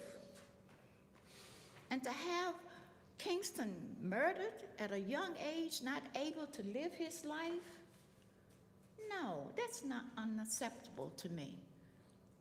And that's a part of me being a professional volunteer. I go wherever I'm needed. Like Councilman Chris and I work the red truck. Okay? Oh, my buddy joined at Hip Kurt. He trained me. So what I know, he taught me. And Sterling, we go a long way back. And Jacqueline Timmers, she's just my girl. That's all it is to it. Because I had to get on her about that mouth. But I don't care what people say about me. Look what they did to our Lord and Savior Jesus Christ. And I'm not even worthy to call on his name. But I do. I asked him when I was sitting there to guide my mouth. This tornado mouth has gotten us in more trouble. And you know the community don't like what y'all doing, but you gotta keep on keeping on and do what's right and do your homework. Before you open your mouth, have this. I did mine. I went and read all this stuff. I don't know if y'all did, but I did. I want to make sure, Councilman Reed, what come out of my mouth is to help everybody. Everybody. And that school board needs togetherness. We need a team. We need a team to work together for a solution for everybody. No, I'm not into politics. I'm sorry. If you're looking for one for politics, you got the wrong one standing here, because I'm not into politics. Thank you. I'm on too many boards. I hold too many positions in the city because of my name. Councilman Reed, I don't have much in life, but I do have my integrity. And that's what I stand on. And I think that will get me further than anything else. Even if I'm not appointed to the board, I'm going to still be a professional volunteer. And I'm going to still pull you, like I pull Councilman Misjum aside. He's going to be on my board.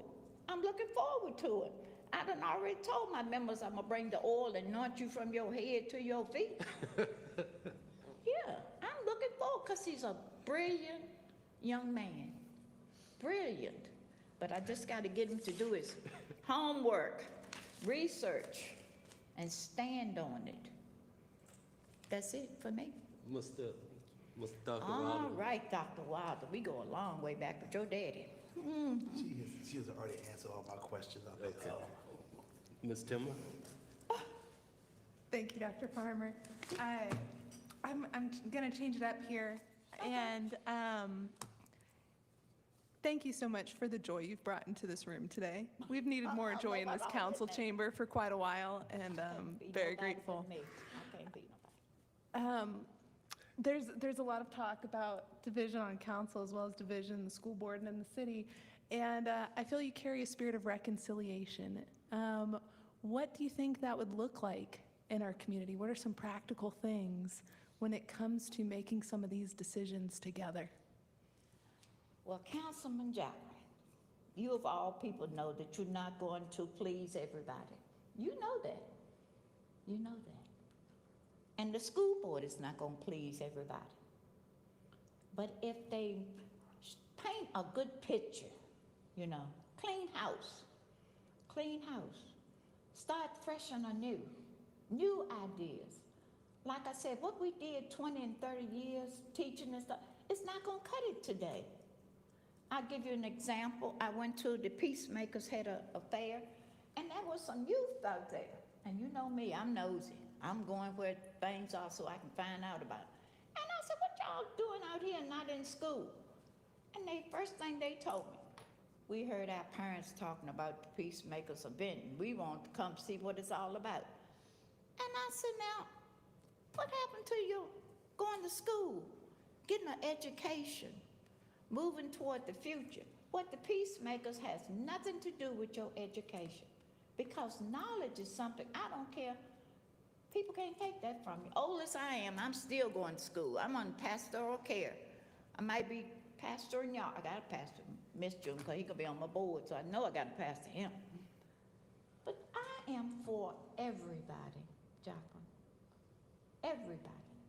Because the youth is our future. And the seniors, we get our wisdom from them. And I tell people, don't let this gray hair fool you. My ladder did go to the top. Sometimes it slips, but it does go back up to the top, okay? And I'm here to serve God's people. I am. And like I told Reverend, I am somebody.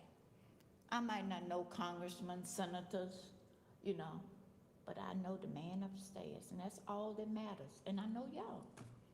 And I pray for each and every one of you. I used to come in early and pray with Councilor Reed and Councilor Ferrari and Matt and all. And then, That D in there, I'm not worth that much. yes, you are.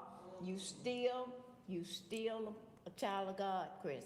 Sometimes I want to come up here from sitting out there and put my hand on your mouth. But other than that, I respect you and I love you. I respect you. And Mayor Taylor, you know I love and respect you because God put you in that seat for a reason. He put each one of y'all in that seat for a reason. Through all that hell you done gave us, he put you there for a reason. It shook us up.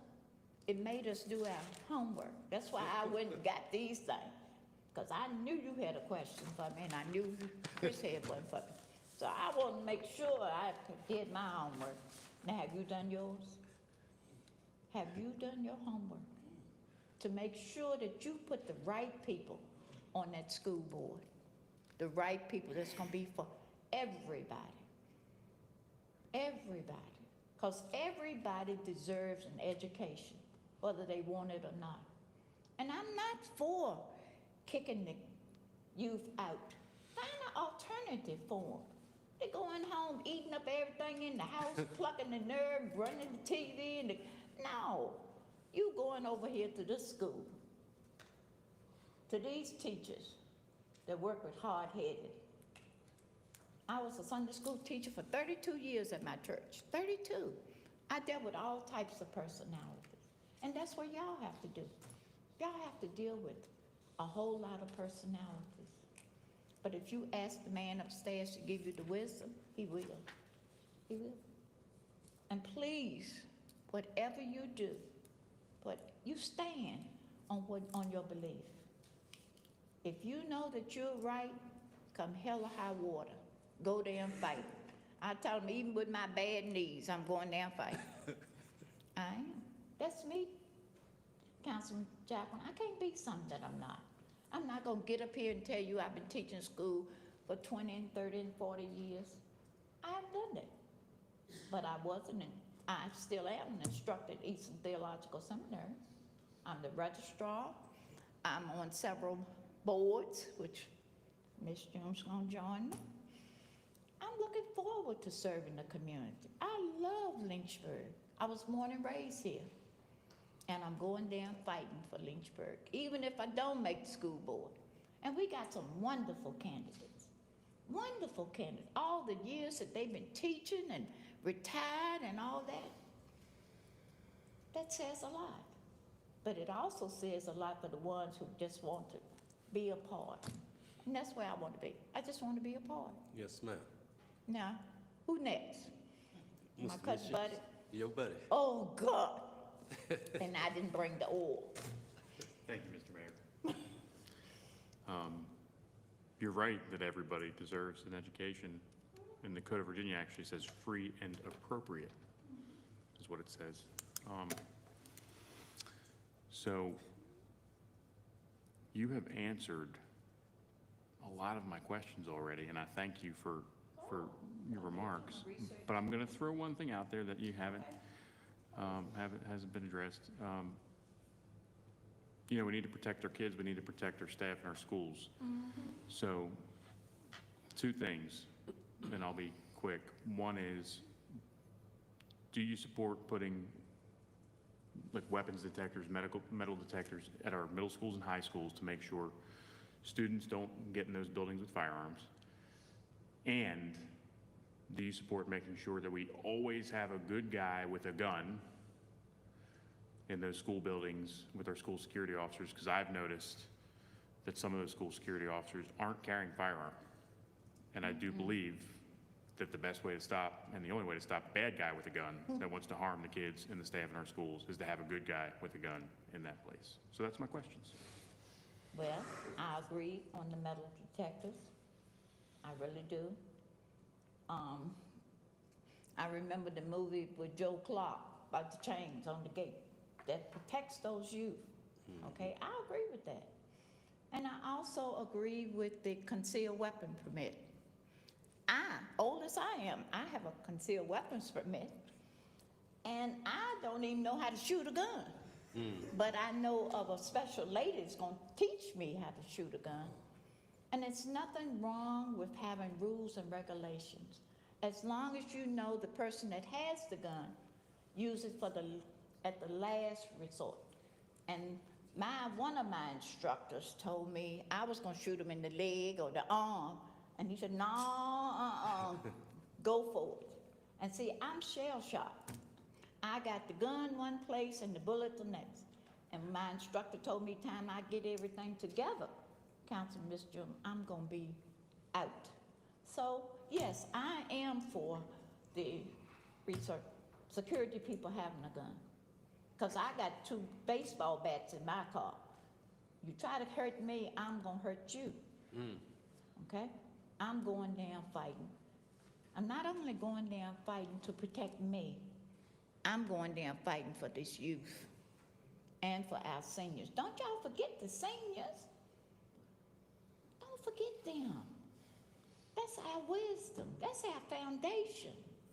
And each and every one of you got something from your parents. I remember Dr. Wilder's father. He was my mother-in-law's pastor.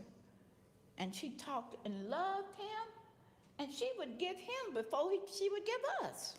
That's the love that they have. And we got to learn to love one another. Show more kindness and empathy. And y'all stop all this backbiting up here on the city council. Y'all know y'all a fine team. Work together for the betterment of our community. And I stand with what I said. You might not like it, but I stand on it. Yes, ma'am. Thank you. Okay? Thank you. And I appreciate your comments you made earlier about cleaning house too. I I'm think looking that's- forward to anointing you from your head to your feet. Take. Mr. Deemer wanted to, Oh, he's my instructor. Thank you, Mr. Mayor. Thank you, Dr. Farmer. I'm not sure who's interviewing who right now. Oh. But I really appreciate almost every comment you made has really struck home with me. And I'm certainly going to give you more than a fair chance. You have been a good partner in the elections with me as my assistant chief to my chief at a school voting precinct. And the students learned to love you. Call me grandma. And they respected you because you enforced the rules fairly. That's right. And they learn they better follow those rules, all of them. That's No exceptions. So I really do appreciate that.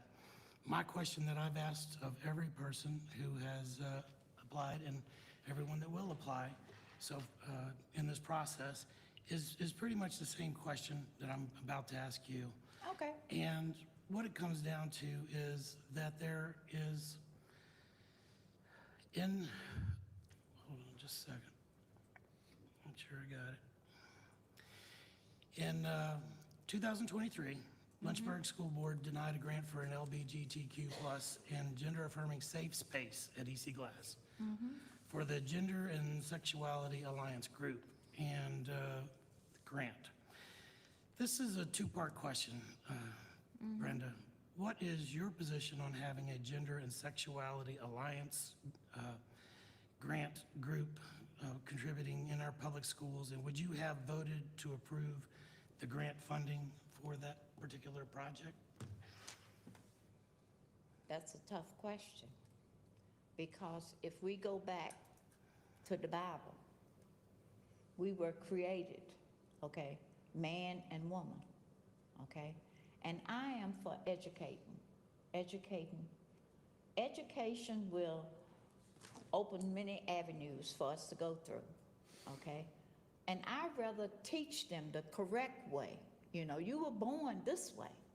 And if you want to stray this way, let's find out why you want to be this. There's always an answer, you know. Just don't take for granted that because you go into the women's bathroom and you're a young man, that you are the opposite.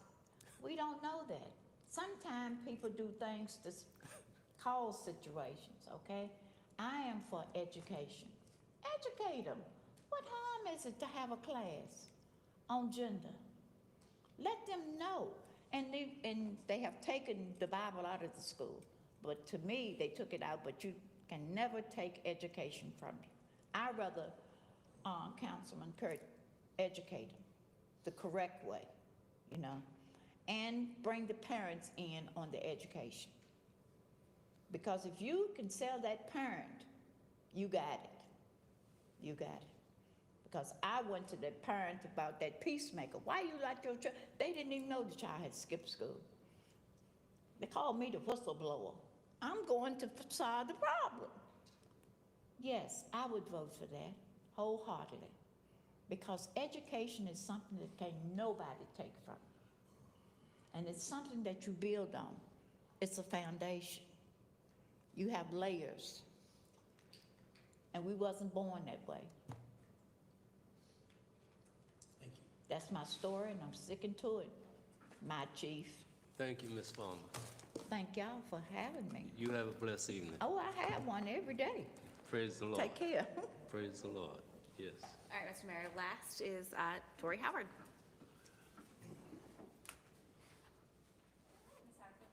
Sit or stand, whatever you're comfortable with. Either one.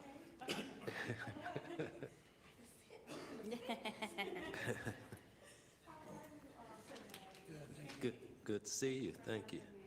Yes, ma'am. Vice Mayor, all of council. And we will start out with Mr. Ferrari with his first question. Thank you.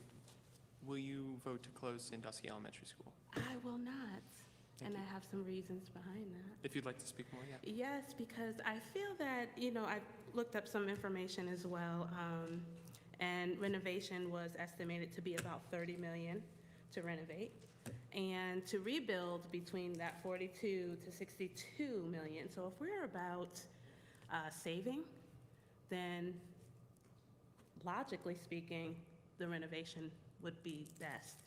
And another reason why I say that is that I did see some of the videos as well as conversations with you, Mr. and Ms. Jones, going into the schools, looking at the schools that needed renovations. And you shown care about that and concern. So, and if we're gonna save, that would help. So, with the renovation, and not only that, we can revamp. There's nothing wrong with revamping. We've done that with Hutcherson, you know, condensing, revamping. It's still gonna benefit our preschoolers. So it can be revamped into like a STEM, to where we're not losing the school, the actual building, but we're being innovative and bringing it into a different place, a more up-to-date place that will accommodate current culture. If the council will indulge, I had a client reach out that I'm gonna have to slip away to. May I ask my second question and then slip out in about 8 minutes? Quickly, go ahead. All right, I'll be sure to watch the back end of your interview. Okay. My second question for folks has been, and it is very open-ended, so it's really wherever you want to go with it. The question is, what could council do better? Now, that could be the relationship with the school board, that could be funding, that could be planning, just regards to education, public education, especially in Lynchburg. What can we do better? Open-ended. It's not even so much what can be better, you're already doing it. You're coming together, with the Board of Education, and you're working out these things. You're already doing it, that's the thing. Because as opposed to before, where it was just, you know, separate, and there was some information that was left out and things like that, now you're getting all that information because we're coming together. Well, you all are coming together with the school board. So in my opinion, you're already doing it. And that's why we're here now. You're making those necessary changes. Thank you, and thank you to my colleagues for indulging. Yes. Ms. Reed? Hi, Ms. Howard, how are you? Good. Good to see you. Thank you. So I know that you,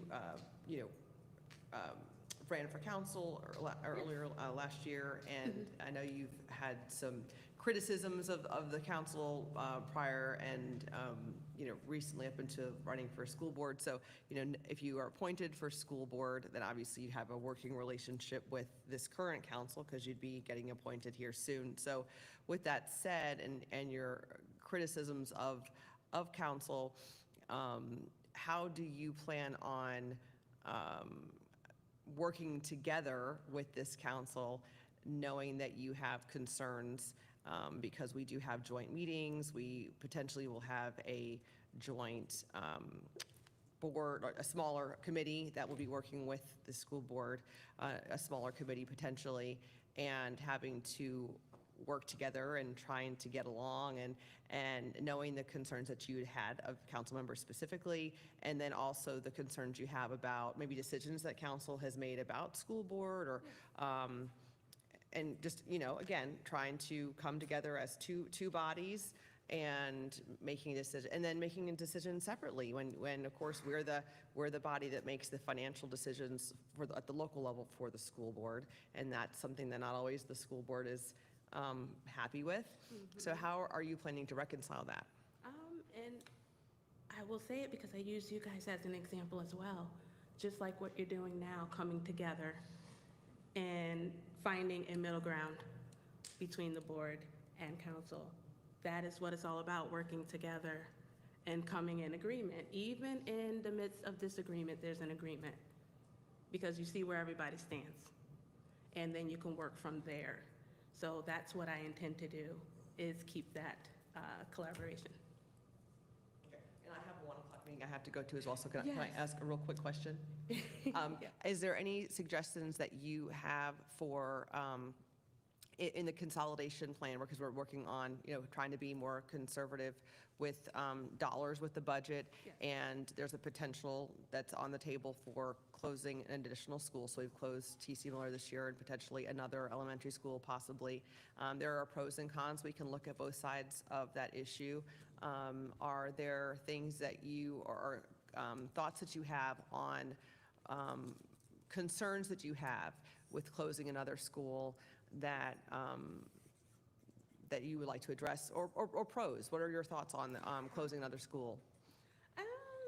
Well, like I said, revamping, not necessarily closing, but that's where the innovation comes in. That's where we use our resources and see what's best. You guys already done that with, like I mentioned, Hutcherson, you've done that, and that is a prime example of what can be done without necessarily, shutting everything down, but revamping it. So I stand on that. And I did email you guys. I'm not quite sure if you received some of the ideas that I wanted to present to you and the school board. And that's just 3 of maybe about 8 of them. So I'm coming to you to, hopefully I can present those things. I did receive your email. Thank you. Thank you. Yes. Dr. Wilder? Yes. Thank you so much for your willingness to serve. We really appreciate that. Thank you. And working our school system is so crucial because our children are so important. So we appreciate your volunteering for that. My question is, what schools have you volunteered in our Lynchburg school system?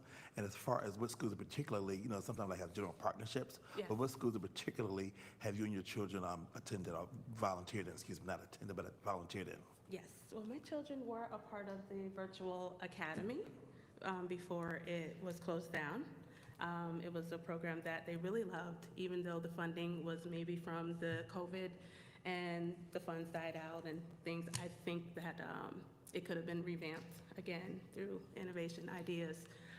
However, when that school was there, that program, I did go in, was able to observe with the principal one-on-one. I was often there with my children, taking part in that programming. But since it's closed, I have revamped to homeschooling efforts, but I really actually help in other ways, and that is through our Parks and Rec. That's where I work right now. So I am in direct contact with LCS students daily. So I'm more than just in the school setting. I'm outside of the school setting. Thank you, appreciate it. I also have another 1 o'clock Zoom, but I have to leave out in a few minutes. Oh my Yes, gosh, just so you know. everybody's leaving me. Ms. Timber? All right, it's good to see Thank you. you. Good to see you again. This is the question that I've been asking pretty much across the board with Yes. school board applications. What is your view on absolute truth and its role or lack thereof in education? Yes, absolute truth is foundational. Anything outside of that is opinion-based. It's based on emotions or changing culture, so it wavers. Absolute truth is foundational. Thank you. What's the mission? Thank you, Mr. Mayor. Thank you for being here.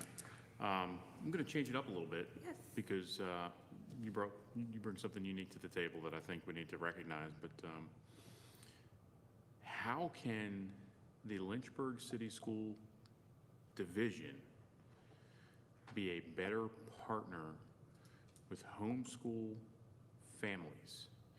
And what can we do to work together with homeschool families and encourage kind of participation, if that makes sense? Because there's a lot of really great classes and programs Yes. in the public school division. Like, I think of like the herpetology lab at Dunbar Middle School or things like that, that could be accessible through part-time enrollment. So that's kind of my question is, I want to hear what you think about how we can partner better with homeschool families and try to integrate that a little bit. Well, I love that because that's right where I'm at. And we talk about bringing ideas. Sure. And one of the things that I emailed to you guys was something called the Learning Pod that would integrate homeschooling as volunteer base with the all-in VA that we have, going on throughout all the schools throughout the state. That's the tutoring, actually. Program that we have implemented. And with that, it will take care of the criteria as far as background. But then those workers or volunteers, need I say, can go into, say, the community centers, our neighborhood centers. Ms. Timmer spoke about using the resources and maybe bringing the library's resources into the community centers. This would actually take care of that to where we can bring the STEM into the libraries on weekends. And since it will be volunteer-based, it would include the nonprofits, it would include private sector, it would include myself as a homeschool parent. So we will be integrating all types of learning patterns to possibly even bring up scores because it's going to be new methods that was going to be implemented. I've learned different things as opposed to the school of what they're doing as far as tutoring. I've learned different things from the homeschool community. So, and I think it could be a benefit in that way. So hopefully, I could speak with you all and if you read it, divulge into it a little bit more. Thank you. Thank you. Mr. Deemer? Thank you, Mr. Mayor. Thank you, Ms. Howard. I really appreciated your comments about revamping, I think the word was, the common sense of doing that versus complete tear down and restarting. Makes a lot of sense in so many things. That kind of common sense, I think we need a little bit more of in the city, and I appreciate your thoughts on that. My question that I've asked everybody has been pretty much the same, but in looking at the information that you sent us, one of the things that really I found attractive and made a lot of sense was the Student Advisory Committee pilot program that you talked about. Having been a part of a lot of student government, both in high school and college, and also encouraging it even to my kids afterwards. And the promotion of the page program and the General Assembly, these kind of things, which I think is so important, the civic information. How we vote, how our leadership is chosen. So important. And it kind of ties into my question that I've asked everybody. I don't know if you've seen it. It's the same question for you as everybody else that I've asked. So, but given that the program I'm talking about was student initiated and the grant was, they raised the money for it, it would seem to, lend itself toward your idea of student-driven discussions. But there has to be an adult in the room at some point and say, no, that's not the way we're going, right? Yes. So my question is, specifically in 2023, the Lynchburg School Board, which you are trying to serve on, had denied a very specific grant for an LGBTQ plus gender-affirming safe space, like a lounge at EC Glass High School, and it was being promoted by the Gender and Sexuality Alliance. That alliance markets itself quite sufficiently. I did some research, like Dr. Brenda said, and I found they often put up a QR code. And on that QR code, it takes you to a website that promotes masturbation, okay, just to be upfront with you. So we've got this lounge and we've got these QR codes that are promoting children to go out to this website that's promoting this activity. And I'm thinking of a dark, quiet little lounge and a QR code with a hyperlink to this website. And I'm thinking, okay, this might be a point where this might not be the best thing for children. So my question that I've asked everybody is, this is a two-part question. What is your position on having a gender and sexual alliance organization in our public schools and would you have voted, specifically, would you have voted to approve the grant funding for that organization? I would not have voted for that. And going back on the question that Ms. Timmer asked, absolute truth, it is not based on emotions, and that's usually feelings or opinions. And that is a initiative that was based on emotions, opinions, or what they believe to be real or truth. It was not foundational, so I would not have voted on that. Thank you. I got one question. How do you feel about certificates of completions versus diplomas? Oh gosh, I love them both. It's two different paths. I look at it this way, and this analogy might not be, understandable to you guys, but I look at it as college versus trade school, two different paths, but it's all, gonna land in success, hopefully. So it's different ways of getting there, and I support both of them. I'm speaking more of classrooms. Classrooms, like, can you? Academics. You get an academic diploma or academic certificate of completion. Yes, and that's what I was saying. It still ends in success. They're finishing those 4 years of learning and developing, and they've earned it. Now, it may have been a different path of just how they got there, because the criteria is different for each child, and we know that when it comes to the learning abilities. So long as they get there, that's all that matters. So I'm for either one of them. Thank you. Anybody else? For time, you can make your closing statement. Okay, well, I wrote it down because it was some of my thoughts last night. So you've asked for creative ideas, all of you up there, and I brought them to you. I emailed them to you, spoken some of it today, gave you my vision, stayed, in communication with you guys throughout this whole process. And you want someone who genuinely cares for the children, for our educators, for the community. I'm doing that. And you're looking for clarity and unwavering conviction. I've given you that too with the questions that have been asked. So I'm not just here as a candidate. I want you guys to know that. But as a mother, I'm a mother. My babies are back there supporting me, okay? And as a servant leader. So hopefully, when you choose, you'll have a different perspective, a person that brings different perspectives, not just from the political standpoint, not just from, you know, a little bit of everything, as a mom as well, that cares for her children and other children. And I wear many hats, so I'm bringing that. Speaking of hats. Yes. Are you a Cowboys fan like your son? Because if that's the case, I don't know if I can do this. Yes. I'm a Cowboys fan, I'm sorry. But I'm into helping the system, you know, come together. And not only that, I am in partnerships with Lynchburg City Schools with the summer food program. So because you don't know me outwardly, doesn't mean I'm not, you know, working the grounds. My boots are on the ground. It's just maybe covered up, but I'm there. So thank you for your consideration. And I hope to work with you all. Thank you. Thank you. Thank you. Thank you. Thank you. We'll reconvene at 4 o'clock tomorrow, where we'll finish out District 3, District 1, and tackle all of District 2. So with that, we're, Meeting adjourned. thank you.